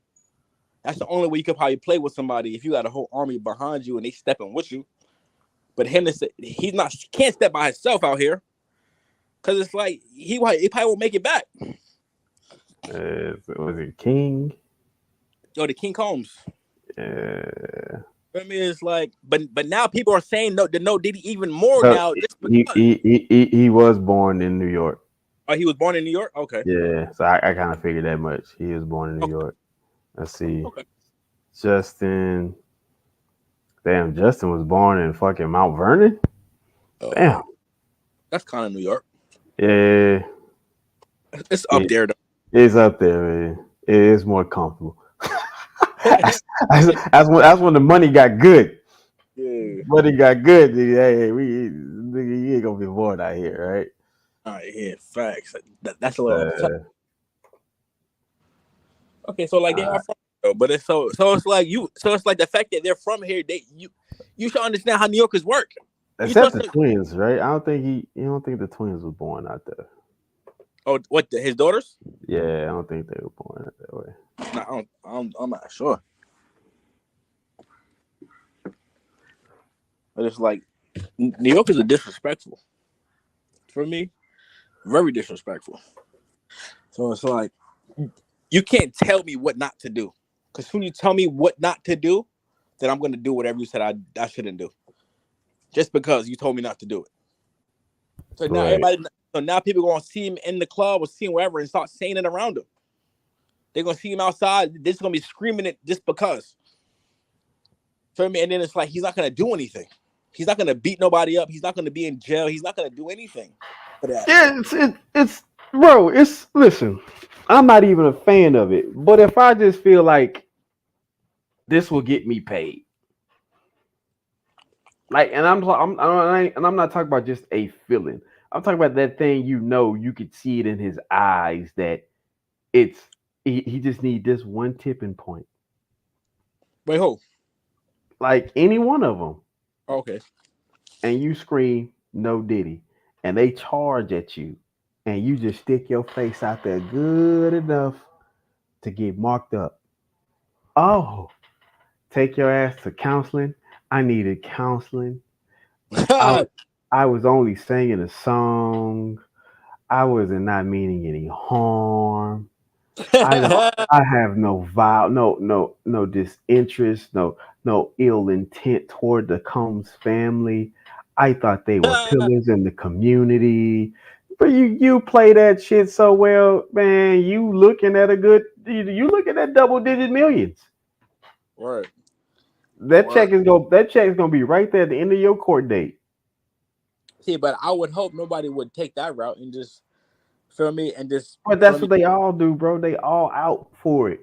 Listen, the only reason why you haven't seen people in the streets really like taking it to that point because bro hasn't been outside. Word. He gonna be outside though. Soon enough. Because like, I ain't gonna lie, I feel like the no Diddy shit, that's gonna be a thing for a while. That's gonna be around for a while. And especially when other states start using it. Feel me? Because that's kind of like a New York thing now. I mean, they've been using it. They use it the day of, honestly. Like niggas is making posts and shit and all kinds of shit. It's bro. Like I say, my point is, you want to do something, you want to make it like irrelevant, then don't give him any shine. Cause but like that's not but like I think because it's impossible to make P. Diddy irrelevant. That's not realistic. He's gonna be relevant until he's dead, based on all the work he's put in previously. I mean, there's relevancy, but then there's a point where you can make no mistakes. You can go to the back burner and not have that momentum, not have that for. This is the thing that people understand. Is he forever rich? Without question. Definitely. But that forever rich still costs, right? And Definitely. So when it gets to a point where association with you looks bad for me, well, now I got to pull back these favors I've been giving you, and I got to charge you full price. Yes, sir. Now it's like, well, bro, what's going on? So that full price is coming at you, and it's happened repeatedly, not just on one particular thing, on multiple things, right? Hell yeah. So now it's like, all right, let me find an artist. Now you got artists you don't want to work with you. Like yes, you got media moguls is like, listen, nah, I ain't paying you for no interview. You could pay me to interview you. Right. See, but I feel like it's always gonna be somebody that fuck with him though, because like even like the Charleston White just supported this nigga all like yeah. It's a lot of niggas in the hood that beat their bitches up. Diddy, I support you. Charleston don't give a shit about shit. Don't buy into nothing. Charleston, he just want to go against the brand. Right. Charleston is literally out to do what he did, and that's get his money. And he told the world this up front. He told the world everything his play was gonna be because you didn't respect the fashion that he came in on. So now he gotta give y'all that uppercut. So yeah, Charleston go beat Charleston. So if he gonna say something, he gonna say it. It's gonna have intensity. It's gonna have a whole lot of everything behind it. But that nigga gonna walk away like nothing. Nah, for sure. See, but it's like I know there's a lot of people that actually probably do feel like that though. Like, nah, it's cool. Nigga, my homeboy beat this girl up. Shit, it's cool. Or like, I know like there's a few people that won't rock with him just because anyway. Man, my water been in his house. I wanted warm water. It's not warm. It's actually pretty cool. Yo, but where the hell I did go? I don't know, bro. I don't know. I fell asleep. Nah, I think I got a call. You know, ID. Get them calls. Then they start talking about whatever. Nah, yeah, shit wicked out here, my brother. Yeah, it is, man. Yeah, it is. Yeah. Yeah, but like, when you coming to New York?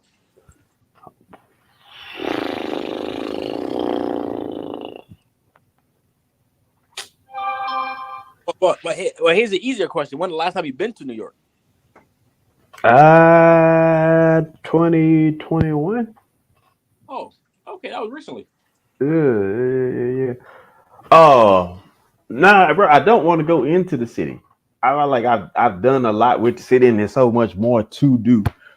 I actually want to go and see like the other parts of New York that niggas don't talk about. Like what you saying? I don't know, bro. Whatever fucking little area it is out there. That you mean like New York City or New York State? New York State. Oh, New York State. Or like Long Island. Hell no. Long Island is part of the city, basically. Nah, it's not. That they got their rules is totally different from the city. Though. I mean, you can have guns out there, all type of shit. Probably Like, because niggas go out there and rob and go back. So yeah, I mean, Long Island, like where you at, kinda like it's kind of like a Texas vibe, a country vibe, way more country vibe. nah, it's a little bit more wide open. I would say given over like New York, but nah. Yeah, shout out to my niggas on Flatbush. Oh, that's the hood. Shout out to the niggas on Flatbush. Oh, shut up. Ah man. That's the trenches. Wait, but that's where you be at when you come over here? Yeah, I stopped through there. I like in 2001, I used to have some people that was on Fulton Ave. Oh yeah, that's the hood. Fulton and what? I want to say 53rd, but Ain't really the hood though. Fulton. It would trip me out because first time I saw fucking Metro out there, I was like, "What? Y'all got Metro? Metro PCS? No, Metro the bus. What up, dude? On MTA. Yeah, I was like, "Yo, what? Metro's out here, bro? It's crazy." Oh yeah, I ain't gonna lie. So the crazy thing was, it was actually the same price for y'all it was for us. So like $2, like I'm riding around all day type shit. But it was just different because of the traffic out there. It's like crazy. Yeah. It's crazy because like when I be on taking the buses and shit out and the trains that when I was out there, they made me pay for them shits though. Like, are the trains free? I think at certain points of times of the day, you talking about Dallas. Yeah, if you caught on, you just caught on. You got away. You just didn't get the pass. Work. I was just hopping on that shit, riding to my stop. And off. Yeah, you got away with it. Oh shit! I thought that shit was free. Well, it was. Well, it definitely was. Oh man, but just living life and just said, fuck it. Hell yeah. But it's like I ain't never seen nobody pay for it. Cause it's like, how do you pay for it? Probably through the little apps or some shit. Oh, okay. Oh yeah, I ain't gonna lie. I miss Texas. That shit was fire. Yeah, you went to school out here. Hell yeah. I was in Tyler, Texas though. Yeah. What made you like say fuck it, Tyler? Nah, I had like a partial scholarship and shit. Oh, okay. So like, yeah, and like that school was like the school that offered me a partial scholarship and shit. So I was like, fuck it. I don't gotta pay all this bread. Shit, I might as well just go. Try it. See if I fuck with it or not. I definitely ain't fuck with it. Back fast as hell. But try that. That's the hood over there though. That's like East Texas, right? Yeah, it's East Texas. That's the hood. That's the trenches over there. My school next door to the Section 8.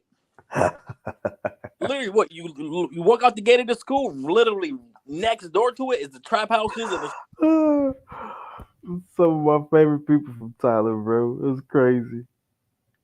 Yeah, shit. She was getting no street lights and shit. She was supposed to get dark. Can't see no. It's wicked. That's funny as fuck.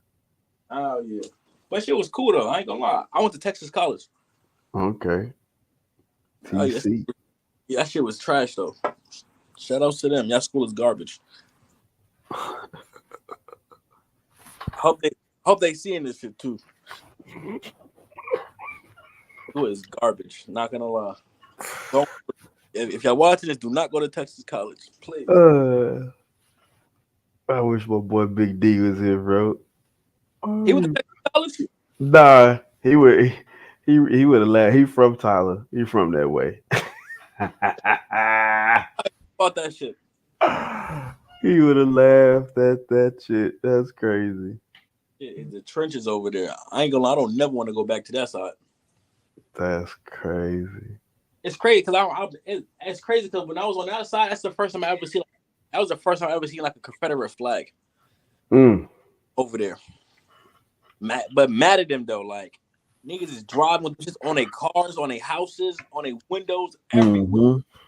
This is crazy. Get me from out of here. Yeah. Because in New York City, you don't never see that ever. Like that's not even a thing out here. Nah, not in the city. Like never seen a Confederate flag in my whole life until I went out there. See, you didn't have to go far. They do that shit right there in Pennsylvania. Word. Yeah. Yeah, I felt that. Niggas do this shit right there in Pennsylvania, bro.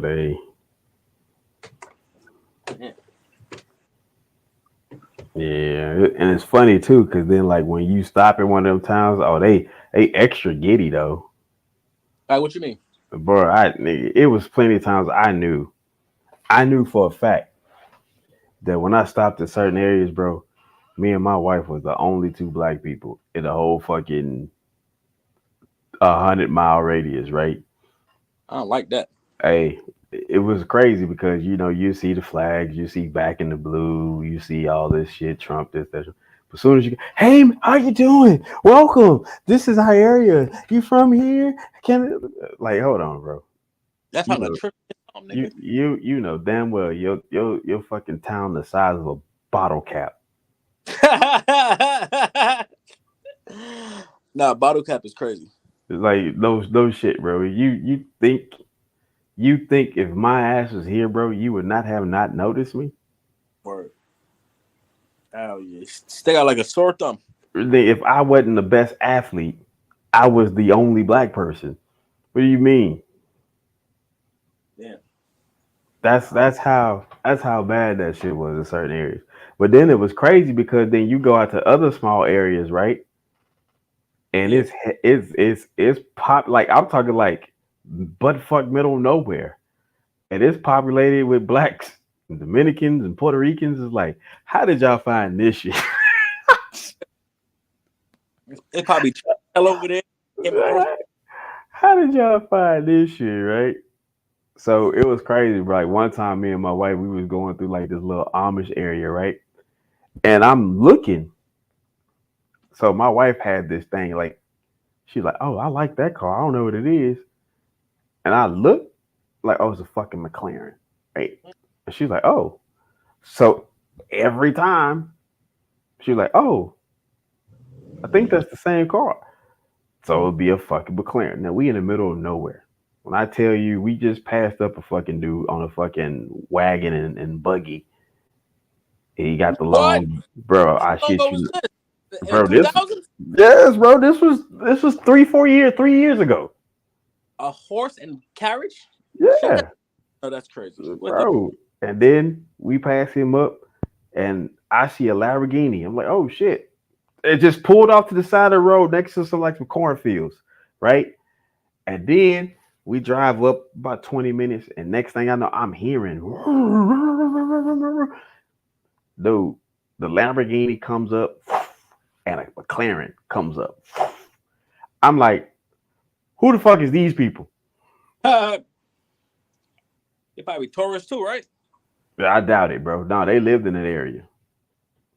Damn. But that's what you want to do, bro. You don't want to.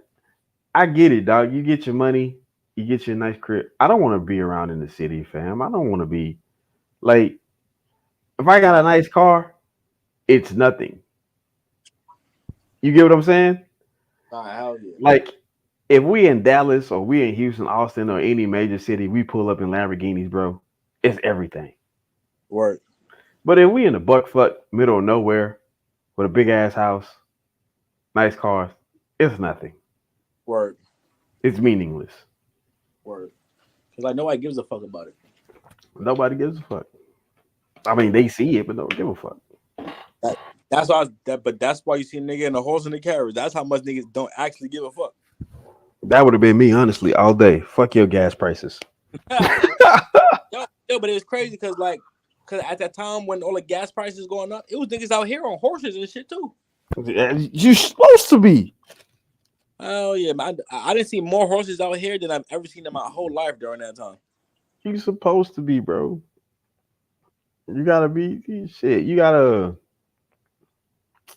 We need to do a live on actually like taking away pride and just doing the necessary shit, right? Yeah. Like, you want to eat steak every night? That's cool. There's nothing wrong with you wanting to eat steak every night. But if the type of steak you want is not aligning with your financial agendas, fuck steak. Word. Fuck steak, bro. Eat a salad. Yeah, bitch, nigga, eat a salad. Eat a salad, bro. It's healthier. It'll clean you out like you need to be cleaned out, bro. But your pride would tell you, I got $1,000 left to my name. I'm gonna go grocery shopping. That's $300 out the gate. So I'm down to $7. Instead of just going home and try to regroup on the $300. Now I got a little more room to do. No, you ain't got no wiggle room, bro. Yeah, definitely no wiggle room. Your lights is gonna be anywhere from 100 to 200. Now you down half. Yeah, 500. So you got grocery and you got lights. Don't call your ass trying to socialize or do little stupid shit like your little streaming apps. So you got Hulu, Netflix, Disney, all these other apps shit, right? If you got 5 of them at $14, $18, that's about another 100. So now you're down 400. Your money's spent. Right. Money is spent before you even can actually. We still ain't talking about you getting your hair done. Oh, word. Put gas in your car. What's up, babe? You okay? Yeah, it's a lot of shit. So we gotta do a live on that, bro. On just putting your pride to the side. Shit, I'm about to kick you with the lady. I Appreciate you for rocking with me, bro. At the do this again, fam. Yes, sir. It was real. Yeah, I got some days, so I'm trying to get as much content as possible in the next few days. I bet we're gonna do this again. Bet. Yes, sir. Safety, man. Later.